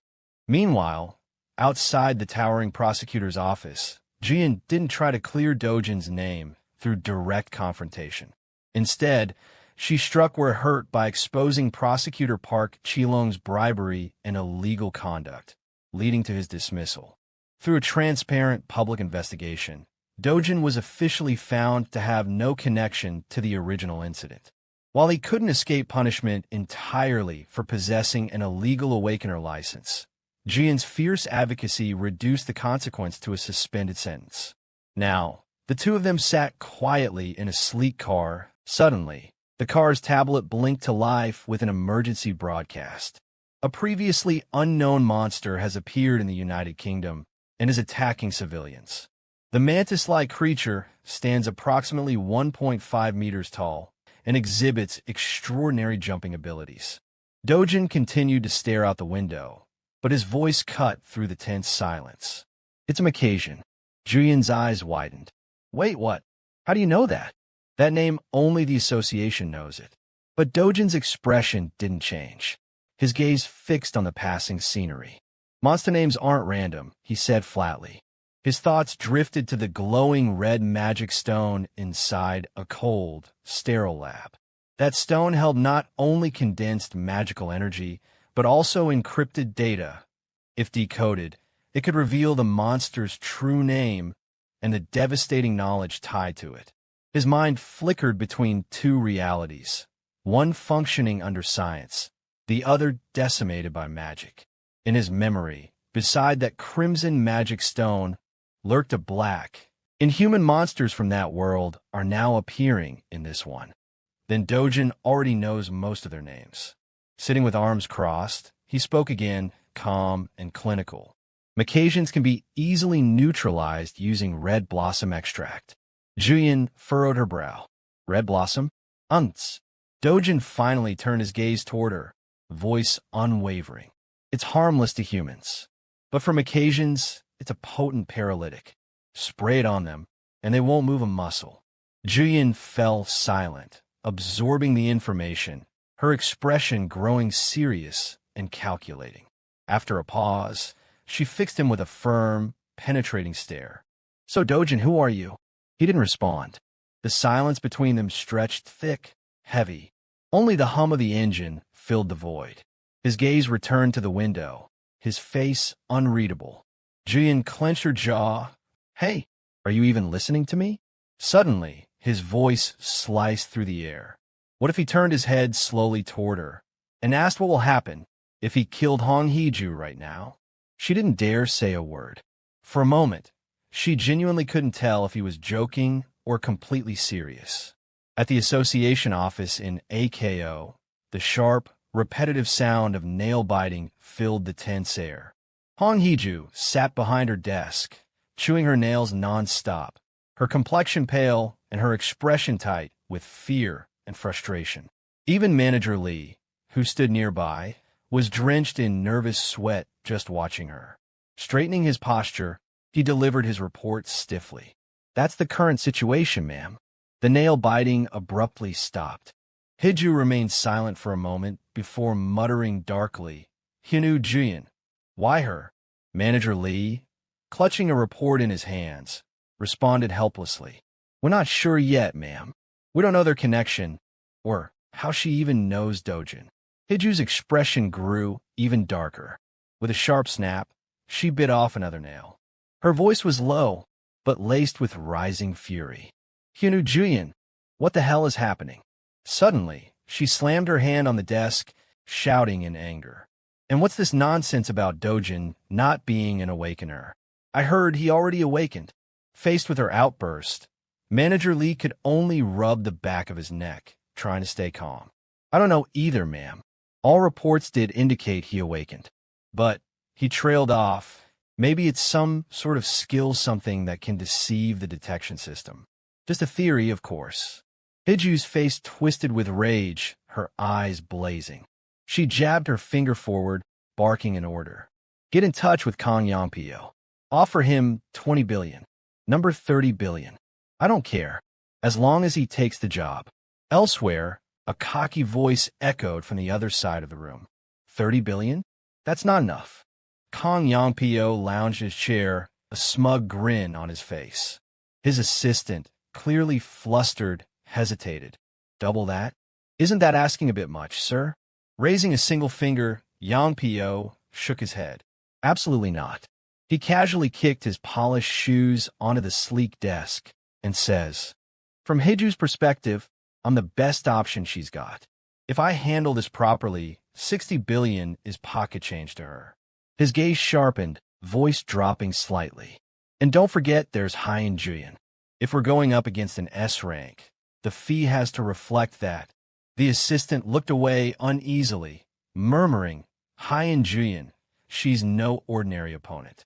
A loud stomp made the assistant jump. Yongpyo leaned in, his voice low and dangerous. You think all S ranks are the same? I can take Hyunu Juyan down in 20 minutes. The assistant's eyes widened in fear as cold sweat beaded on his forehead. Yongpyo's threatening demeanor instantly melted into a carefree grin. Any updates from the association? Inside the lavishly furnished office, the assistant lowered his voice cautiously. The UK branch said they can't send any more reinforcements. The association has announced that hero selection for overseas deployment will now follow stricter criteria. Yongpyo rubbed the back of his neck in irritation. They're making it impossible to back out without looking weak. Cursing under his breath, he turned back to his assistant. Those greedy bastards at the association, he exhaled slowly. What's the schedule? The assistant answered with slight hesitation. You're set to depart in 3 days, sir. Oh, Japan? Perfect. I've been meaning to meet T-Shir. With both hands tucked into his pockets, he stared out the window at the vast city skyline. He murmured with quiet ambition, Macasian, a new type of monster. Still no known weaknesses. A satisfied smirk spread across his face as he admired the view. If I figure it out first, my value will skyrocket. A low chuckle escaped his lips. Meanwhile, in England, a blinding bolt of lightning cracked through the dark sky, slamming into the clock tower with a thunderous crash. Down below, panic erupted in the streets as civilians screamed and scattered, fleeing in every direction from the monstrous creature charging toward them, fast and relentless. Suddenly, a group of armed operatives stepped into the monster's path, ready to engage. Weapons at the ready. Their expressions were grim as they stared up at the towering beast. The monster let out a thunderous roar, slamming its massive claws into the ground with such force that the earth split wide open. The team reacted swiftly, dodging the shockwave with precision as they fanned out, attacking from multiple angles. Below, magic users unleashed a barrage of spells, waves of glowing violet energy streaking through the air toward the creature. Then, with a single clean slash, its head was severed, sending the beast stumbling backward. Moments later, its headless body crashed to the ground with a sickening thud. Breathing heavily, the group stood in silence, eyes fixed on the mangled corpse. But the moment of relief was short-lived. One of them suddenly froze, his eyes narrowing at a distant sound. He looked up. A flash of lightning cracked across the sky, illuminating the ominous clouds and revealing several more monstrous figures lurking in the shadows. A razor-sharp claw plunged from above. The man's eyes widened in horror, unable to react. And so began the night of terror in the United Kingdom. Beneath the towering clock tower, the ground was still stained with blood. In the days that followed, a relentless wave of monsters launched a coordinated assault across the city, streets swallowed by debris, and monster roars echoing through the sky. Britain's heroes fought with everything they had, but without accurate intel, they suffered tremendous losses. The enemy pressed forward, now converging on London. As the dust settled, massive silhouettes emerged from the smoke, towering creatures moving with terrifying resolve. Their golden eyes glowed not with warmth, but with the chilling promise of death. And then suddenly the golden light in their eyes flickered and vanished. The monsters froze. Moments later, one after another began writhing in pain. Their bodies convulsed violently as they collapsed. Above, the rhythmic thump of helicopter blades filled the air as aircraft hovered overhead. Inside, stunned soldiers and personnel stared down at the battlefield in disbelief. My God, it's working. Cheers erupted as realization spread. Jian stood motionless, still processing the scene. Hai and Jian had been right. The red blossom and extract had worked. The Luke Macasians couldn't withstand it. Yang Pio's gaze drifted toward Jian, his fists clenched at his sides. His eyes darkened with envy. There's no way. That woman, she can't be that good. How? But Jian simply smiled, her voice calm and steady as she turned to her team. All right, let's finish the job. Yes, ma'am. They responded in unison. Without hesitation, she drew her sword and leapt from the aircraft, diving fearlessly into the battlefield below. Later, outside the airport, a massive crowd of reporters and journalists had already gathered, eyes fixed on the entrance. The moment Jian appeared, the crowd stirred in awe. Wow, unbelievable, someone whispered.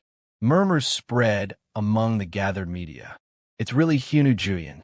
Her achievements at the UK headquarters speak for themselves. She's the one who discovered the Macasians' weakness. She saved the entire country. She prevented the fall of the UK. She deserves every bit of recognition, another reporter added. A reporter gasped. There she is. Julian strode forward confidently, pulling her suitcase behind her. Kong Yangpio followed close behind. The moment they exited the airport, a wall of flashing cameras and shouted questions hit them like a wave. Miss Hai and Julian, over here, please. How did you discover the Macasians' weakness? Despite the overwhelming media attention, Yongpu maintained his trademark charming smile as reporters shifted their focus to him. Mr. Kong Yongpu, could you share your thoughts with us? We heard you captured the most Macasians during this mission. In no time, images of him and Jian were broadcast on massive news screens throughout the city. Today, the 200-person team, including hero Hyunu Jian, has returned safely. As everyone knows, Korea's pride has saved the United Kingdom. The broadcast continued, showing dramatic footage of the monster invasion. The key to hunting the Macasians turned out to be the red flower ant extract. Amid the busy city crowd, a lone figure watched silently. His eyes were fixed on the enormous screen above a nearby skyscraper. Standing completely still, he listened intently to the broadcast. The screen shifted to Yongpu's interview, his face filling the frame. Dojin's gaze sharpened, his eyes glowing coldly. Kong Yongpu, he muttered under his breath.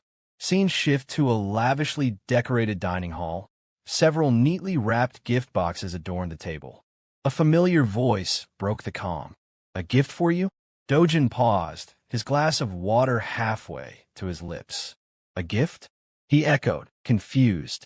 Hyun Ji-yeon smiled and gestured toward the boxes one by one. That one's for Eun-young and Grandma.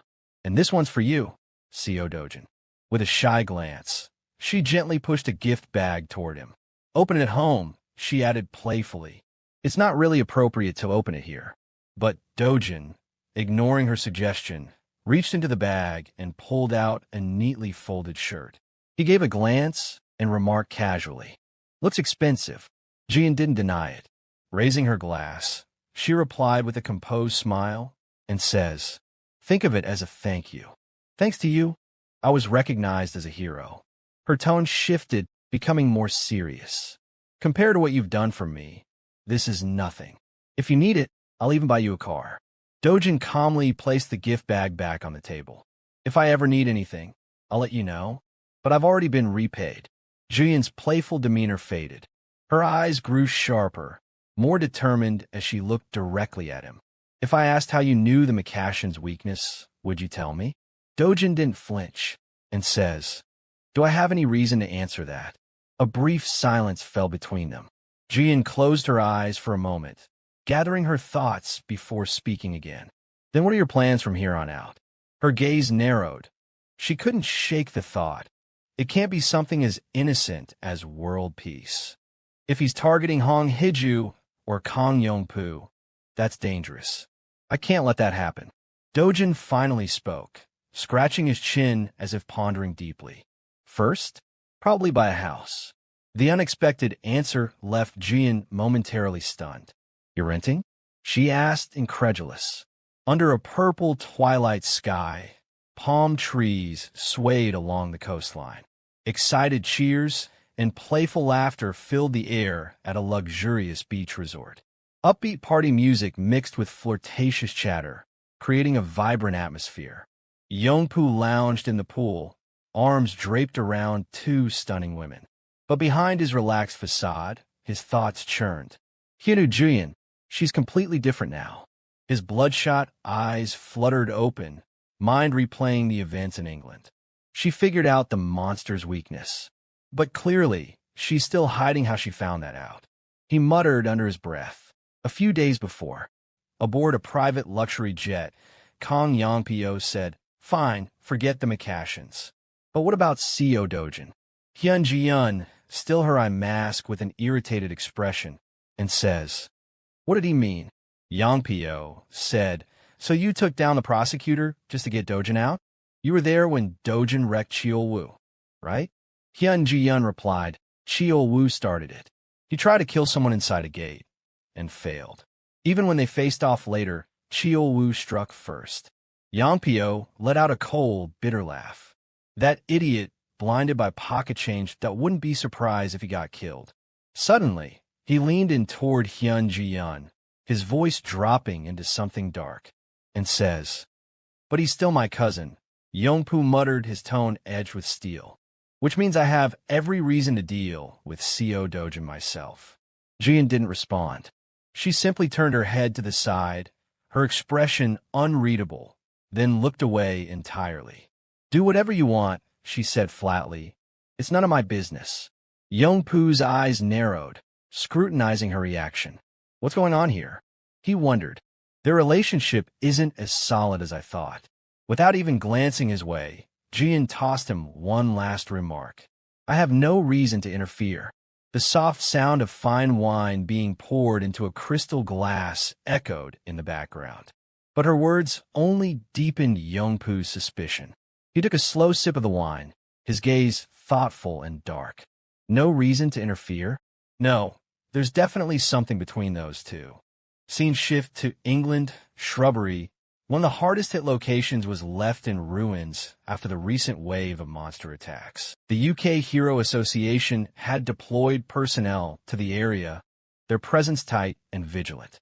They were desperate to collect as many mana crystals as possible before the inevitable second wave struck. A D-rank hero exhaled a weary sigh. What a waste.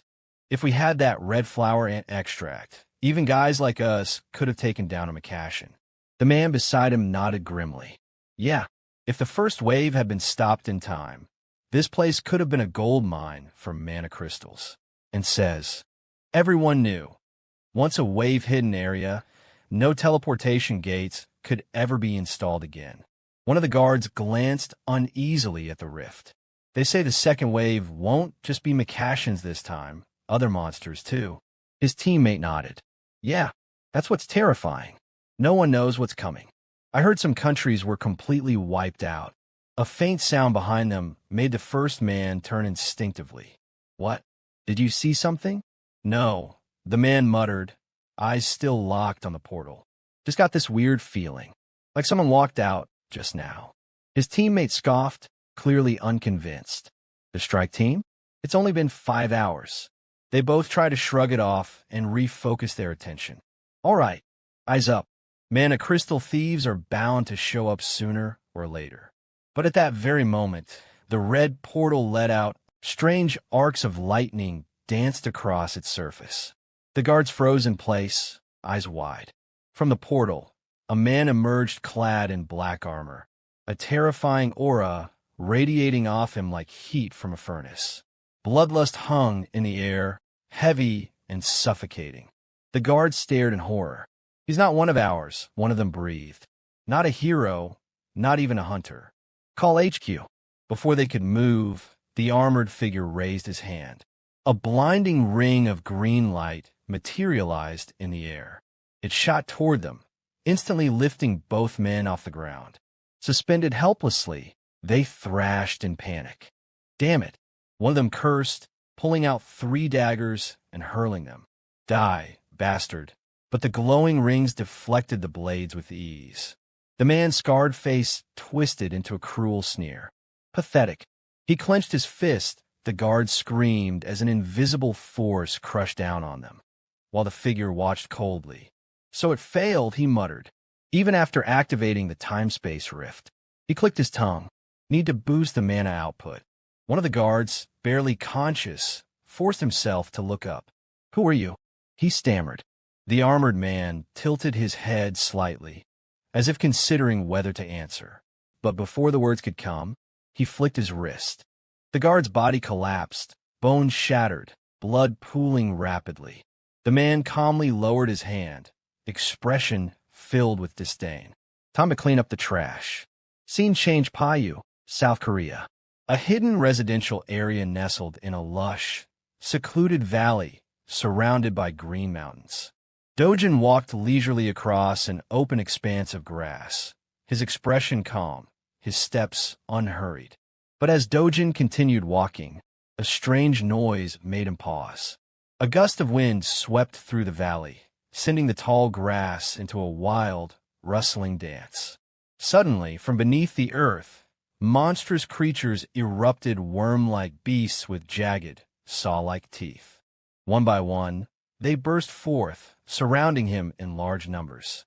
Dojin crouched beside one of the gaping holes they had left behind, calmly placing his palm on the ground. 26, within 100-meter radius, he muttered.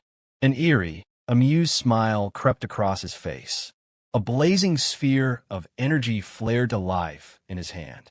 Let's see how many of you can survive this. Without hesitation, he hurled the fireball into the hole. Silence followed.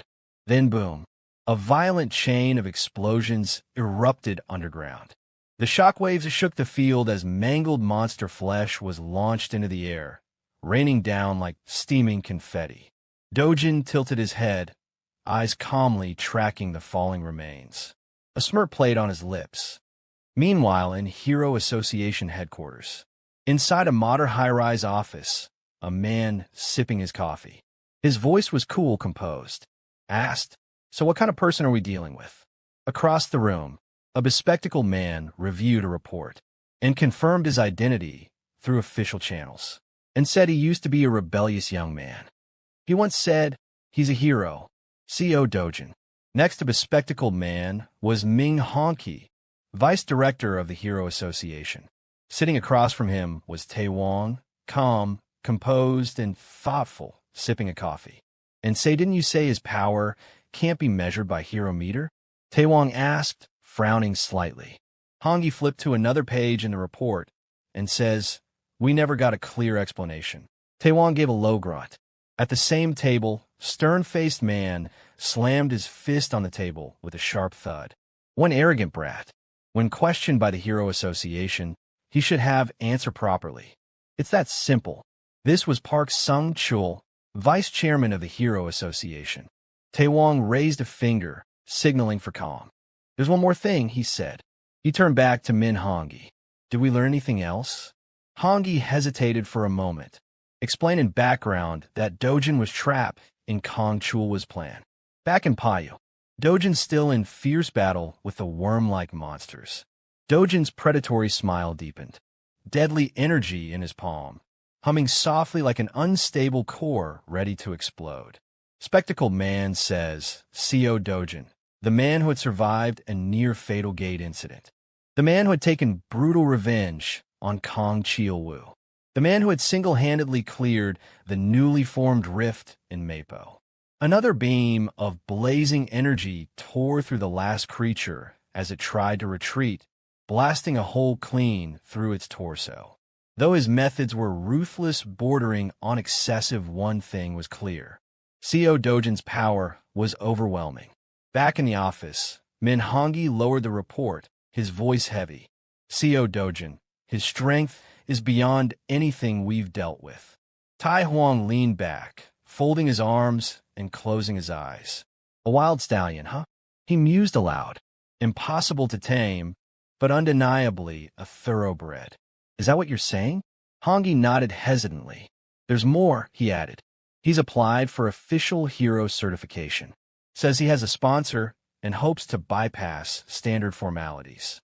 A sponsor? From inside the association? Hongi's voice dropped, heavy with implication. An S-rank hero. He named Han Juyan. The room fell into a stunned silence. Even Park Sung-chul, who had been fuming earlier, sat frozen. Tai Huang's eyes narrowed, unreadable. Back in Payu, Dojin stared at his sleek hero ID card. A faint smile tugged at the corner of his mouth. Seeing his 8th-ranked hero ID in Korea. Around him, the field lay decimated worm carcasses torn, scorched, broken beyond recognition. This rift zone's cleared now. He pocketed the card and began to walk again. Elsewhere, Korean Hero Association headquarters chairman Tai Huang let out a booming, satisfied laugh, slapping the table hard enough to rattle the glasses. Ah, the boy gets certified and marches straight into the rift? Now that's some nerve. Min Hongi gave a small, approving nod. His decisiveness is on another level. Across from them, Park Sung-chul's face darkened with disbelief. He blinked, processing what he'd just heard. Wait, he went alone? No guild members, no backup, no partners into a level 2 rift? Is he insane?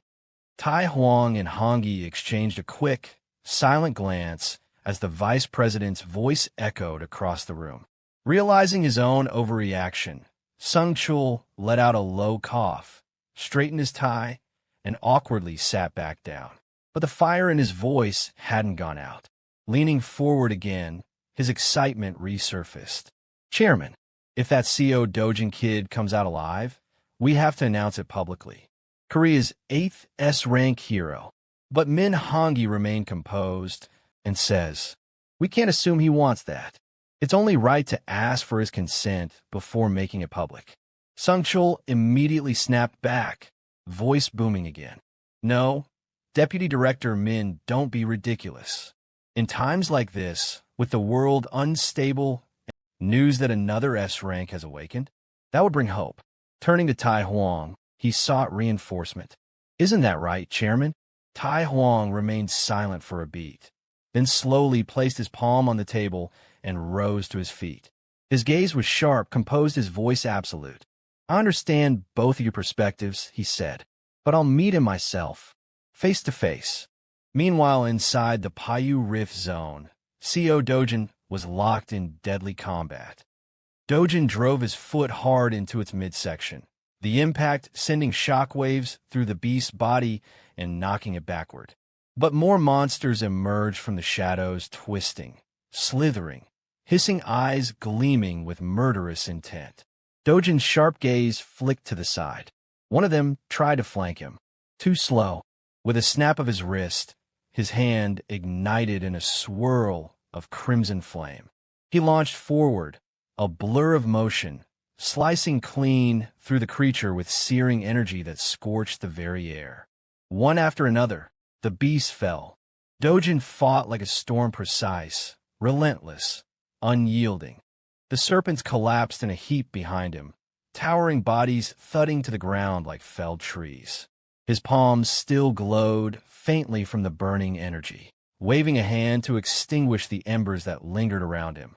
His eyes lifted toward the sky, endless, blue, deceptively peaceful. Then he muttered to himself under his breath.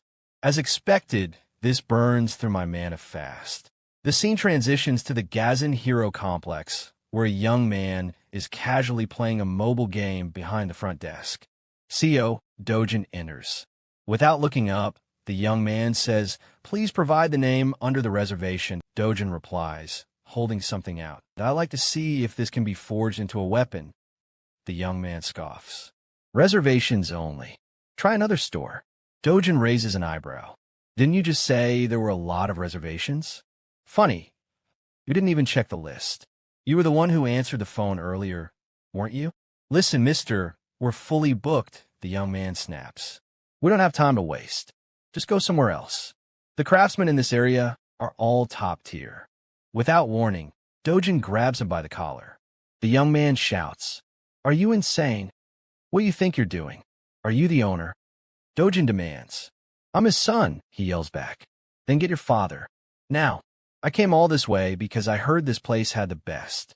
Flustered, the young man pulls away and steps into the back. "Father, there's a customer asking for you." Moments later, Choi Chokwon, the famed hero weapon craftsman, emerges from the workshop and eyes Dojin. "Who sent you here?" he asks. "Hyun Juyin," Dojin answers, setting down his bag. As he begins to unpack it, Choi Chokwon's eyes widen in disbelief at what's inside. The son stares, equally shocked. "Father, what is that?" "That's the tip of the giant black killer fong," Choi murmurs, almost in awe. "It's been a long time since I've seen something like this." "I want a sleek sword," Dojin says. "Make it as long as possible." Choi snorts. "Long? You clearly don't understand weapon crafting. Non-metallic materials like this lose durability if stretched too much. I'll forge 2 medium-length blades instead." Dojin narrows his eyes. "What? Are you admitting you're not skilled enough? Just connect them into a single blade. I need the length, and enhance its mana absorption to the highest level you can." The son bursts out, offended. "Lack skill? Are you serious? My father's weapons always reach at least grade 3 in mana absorption." While examining one of their swords, Dojin remarks dryly, "This feels like grade 5, before effortlessly snapping it in two." Both Choi and his son watch in stunned silence. "If this is the kind of trash you're producing, don't bother," Dojin adds coldly. Choi, recognizing Dojin's authority, give a solemn nod in agreement. The following day, the scene shifts to a tranquil forest, lush and bathed in morning light. Deep within, a monstrous creature slumbers. It snores rumbling through the trees. Suddenly, its eyes burst open, blazing with fury. It's been awakened. It roars, shaking the forest. Calmly, CO Dojin steps into view, his face hidden beneath a hood. "So noisy," he mutters, unimpressed. Gathering energy into his hand, he unleashes a fiery blast that strikes the beast with explosive force. In retaliation, the monster uproots a massive tree and swings it like a club. Dojin nimbly evades, soaring through the air as he prepares his next strike. The creature reels in surprise as Dojin dives down at incredible speed, cloaked in raw power. But in a horrifying twist, the monster instantly regenerates, stronger than before, its single red eye glowing ominously, now surrounded by a sinister green aura. Unfazed, Dojin charges in, clashing with a monstrous cyclops in an intense battle. A devastating blow to its chest enrages the beast even more, but Dojin's strength and mastery of firepower ultimately prevail. With a final, crushing strike, he defeats the creature. As expected, it's hard to sustain the mana sword for long, he murmurs, retrieving a jar from his bag to collect the Cyclops' blood. Later, at a bustling trade center, Dojin calmly places the jar on the counter. The clerk's eyes widen in disbelief. "What is this?" the clerk asks, eyeing the item curiously. "Tell your father, Choi, that with this, he'll be able to fuse 2 black killer fangs with ease," Dojin replies calmly. "Wait, at least tell me what it was," the clerk calls out, but Dojin is already walking away, ignoring him. As he leaves, Dojin reflects silently. "I've gathered all the essential materials. But to truly boost mana absorption, there's still one more thing I need." He pauses in thought. "To be safe, there's only one place on Earth I can get it." The scene cuts to lounging at a scenic resort, Hyun Juyin, seemingly enjoying a vacation. Her phone rings. It's CO Dojin. He says only one word, Brazil. Her eyes widen in alarm, her relaxed demeanor vanishing instantly. A man walked past the poolside in nothing but sleek swimwear, and the lazy rhythm of splashes echoed faintly in the background.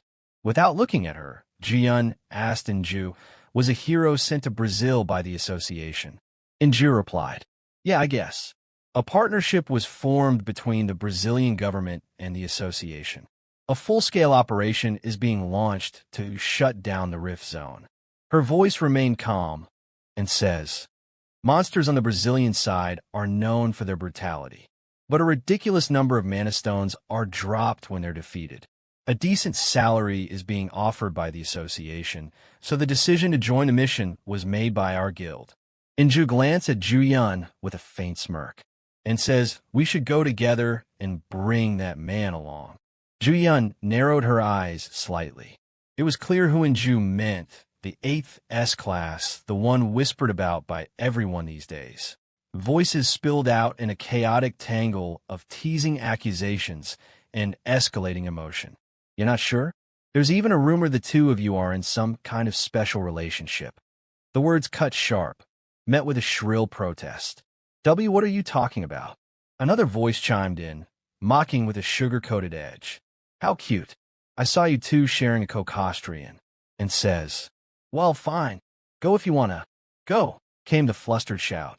Inju cheered, but another voice, quieter, stayed behind the laughter. But whether that guy will go with us or not, I honestly don't know. The forge flared to life again. Chokwon is amazed, examining a strange compound.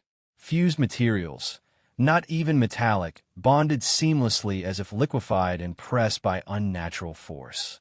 How do they figure this out? To perfectly combine materials that aren't even metal, melted, glued together like this, and to think Cyclops' blood could be used like this. He turned to the blacksmith, voice even and precise. Make it as long as possible, around 180 centimeters. Two-handed form, but with a grip adjusted so I can wield it with one hand. And about 5 kilograms for the weight. The blacksmith paused, arching a brow. Polite speech all of a sudden. I thought you were just some street thug. But maybe that weapon's really precious to you, huh? He glanced at the blueprint again. 5 kilograms is no joke. It won't be easy to swing with one hand. And you won't just be swinging once. Dojin say it's fine, and to do it that way. Asking how long will it take? The craftsman answered, he will need at least a month to the forge. Dojin exhaled silently, wondering whether grade 7 can it handle his full power. He then says that he'll need that material, as expected. He then left the store telling only to shape the form for now, and to enhance the mana absorption after he bring the real material. The question hovered in the back of Chokwon's mind. Can he really get that material in time? Days later, a luxury car pulled into view with a low, humming purr. Its license plate gleamed in the sunlight, unmistakably elite. Hyun Ji-yun stepped out in tailored precision, holding the keys like it meant nothing. She offered them to Dojin with a casual, consider it a gift. He took them without blinking. Thanks. I'll use it well. His eyes lingered on the vehicle. Did I really seem that insignificant? A car worth 100 million won. This much is appropriate? Hyun tilted her head, tone shifting. Is something going on with the Hero Association? They're revealing my identity, he replied, slipping the keys into his coat. So, I made them pay the price. The price? But Chairman Tae-hwang always insists on fairness in his deals, she muttered. Dojin opened the car door without hesitation. Seems like he understood. The negotiations settled. She sighed behind him, half exasperated. Can't you act more appropriately? Mr. C.O. Dojin, I'd appreciate it if you also consider my position as the guarantor for your employee registration. The door shut in her face.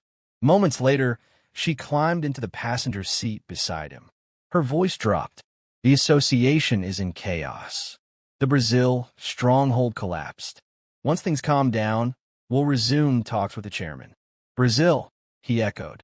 Yes, they're planning to shut down part of the zone entirely. Dojin turned slightly. You're going too? Their shoulders brushed. Her cheeks flushed faintly, but she nodded. I am. Why do you ask? Then go with me, he said, voice low but sure.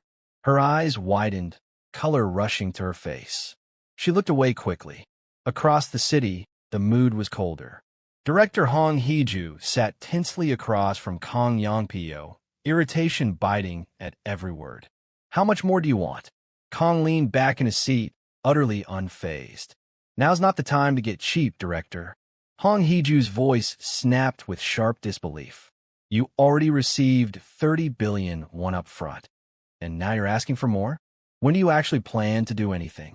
I never should have relied on someone like you." Kang's smirk didn't falter and asked who else would have accepted that request. "You think there are killers just lining up to get involved?" Hong Hee-ju's replied that there are men everywhere who'll kill without a blink, as long as they're paid. Youngpo says her intel's ancient, and he will toss her a freebie. He leaned forward, words landing like hammers. Seo Dojin is S-rank now, and he's South Korea's 8th S-rank hero. The blood drained from her face in disbelief and wonder how Dojin became S-rank. She asked if it's some kind of scam. Yongpyo told her that if she didn't believe it, she should just wait. Sooner or later, the news would come out. He added that the intel didn't come cheap. He had to pay someone for it. Heejo hands trembled. "W8. Dojin is really S-rank." Her voice broke into a full shout. "If he's S-rank, I can't control him anymore." She slammed her hands down. "If it's money you want, I'll pay more. Just do something." Kang's eyes gleamed. "Money's important, sure, but a steady business relationship, now that's worth more." "Whatever it takes," she hissed. "Just make sure Seo Dojin dies." A notification flashed on Kang's phone. He glanced at it, smiling faintly, and says, "Seems the heavens are watching over you, Director Hong." Her eyes narrowed. "What do you mean?" Kang's grin deepened. "Looks like a perfect opportunity to kill Seo Dojin is about to land in our laps." Next day, on plane, with 5 rank in it, comments in social media buzzes about heroes. User Jampong writes, "Brazil operation is awesome. Someone coming to Jang Siongo, pushes group to first place alone, and Park Haeol might be going just for money. And Hyun is dem sexy, and Kang Yongpyo, he might be getting big pay. But Seo Dojin, who even is he? While he is peacefully eating noodles, many are curious about his skill." The air hosts announce they will soon arrive at Brazil. Scene shift to Sao Paulo, Brazil. Inside a Brazilian Hero Association headquarters, the tense faces gathered in the control room. The news had just come through. The Korean expedition team had landed at the airport. One executive murmured saying, "It's a good news," scanning the incoming logs, and says they're the fastest among the nations who respond their call for help. Another executive commented that some Korean heroes skipped lodging and went straight from the plane into Rift Zone for action, driven by the urgency etched into their poly, hurry-up culture. But beneath the praise, tension simmered. One executive, voice barely audible, asked what would happen if the Koreans caught on. Another replied in a flat, ominous tone that there were no eternal secrets and instructed them to simply contain it, at least until the operation ended. The response came as a reluctant nod. Silence returned, heavy, strained. Brazil's national treasure, Hero Moray, was defeated and killed by an unidentified being. And it hadn't been a monster. The black box footage left no room for doubt. The killer was humanoid. The location was near the Santorum Rift, and no one, not even now, knew what had truly happened there. Elsewhere, inside a dimly lit room, a briefing crackled through comms. Hyun Ju-yun asked where the Dojin was. The answer came that he is still on the plane. Confusion sparked as Ju-yun reminded Dojin that they had gotten off earlier with the group. The voice replied evenly that he had transferred, saying the destination had been far. A pause followed. As Ju-yun asked what destination, the reply was simple, Santorum. The name dropped like iron. The comms fell quiet, then erupted with disbelief as Dojin had really gone to the most dangerous rift zone alone and the mission hadn't even begun. Cut to briefing room where the associate brief that 2 days of local adaptation had been planned. Every team will be deployed to requested rift zone. Ju-yun exited the hotel and stepped into the cab. Just as the door was about to close, Kong Yangpyo caught it and told her deployment wasn't supposed to start until after orientation. Ju Yun answered calmly that there is a place she wanted to check out. When asked where, he repeated the same name, Santrum. Shock rippled through Kong Yangpyo like a blast wave. As he stood silent watching her leave, he then noted that even the Brazilian Association had advised avoiding that area. Shadows stretched across the cracked earth, dry and lifeless beneath a suffocating silence. The team finally arrived, only to find Du Jun already there. Ju Yun demanded at least an explanation for why he had rushed in. He didn't even look up. He said he had waited. They were the ones who were late. Ju Yun snapped that if he had informed them earlier, they wouldn't have had to rush over like this. Ju Yun exhaled and told him to just say what they were really here for. He answered, Blue Croco. A beat passed before someone asked if that was it. If that was the only reason he had come all this way. He returned the question. Did he need another reason? Joanne narrowed her eyes and reminded him. She was 3 years older than him. He asked what that had to do with anything. She told him to show some respect. He insisted that he had been using polite speech the whole time. She snapped back that he kept mixing in casual, and if he wanted things to get awkward, then he should just stick to formal speech. He started to reply in protest, but trailed off. Their bickering drew attention. Zhang and Ju whispered that he was really pushing Join around. Another remarked that entering a rift like this, uncoordinated, seemed reckless. A third shrugged, saying Hero Hyun-join was there. What was there to worry about? Someone else agreed she was strong, but pointed out that their leader was just a rookie. Yet another corrected them, saying there were levels to being a rookie. And if it was CO Du Jun, they said he might be the most legendary one they had ever seen. The deeper they went, the thicker the air grew, dense with energy, tension, and something else. Something primal. Someone hesitated before speaking up, asking if CO Du Jun hadn't come here to shut down the rift. He replied with cold calm that he had come to gather materials. Then he asked why he would shut it down. You don't throw away a mine before draining it. Materials? Join echoed. Suddenly a claw tore through the air, razor-sharp, blindingly fast attacked them. One of the team members shouted out, saying them to focus and take their positions. A ripple of power surged through the air. They had appeared. A creature stepped into view, massive, armored, and thrumming with energy. Someone groaned that this was way worse than the pictures. Another muttered that it felt too dangerous. Du Jun told them to move aside with certainty. He muses Choi Chokwon word saying, it won't be easy to get the Blue Croco's heart with bare hands. Then he tossed his prized sword. Its weight spoke more than words. He told him to use it to get the materials. Then came the roar, the clash. The battle had begun, and Dojin slashed the monster in a flash. Then came the crash. Recognition dawned across the faces around him. Someone whispered, breath caught, that they knew it. Someone else gasped that it was insanely strong.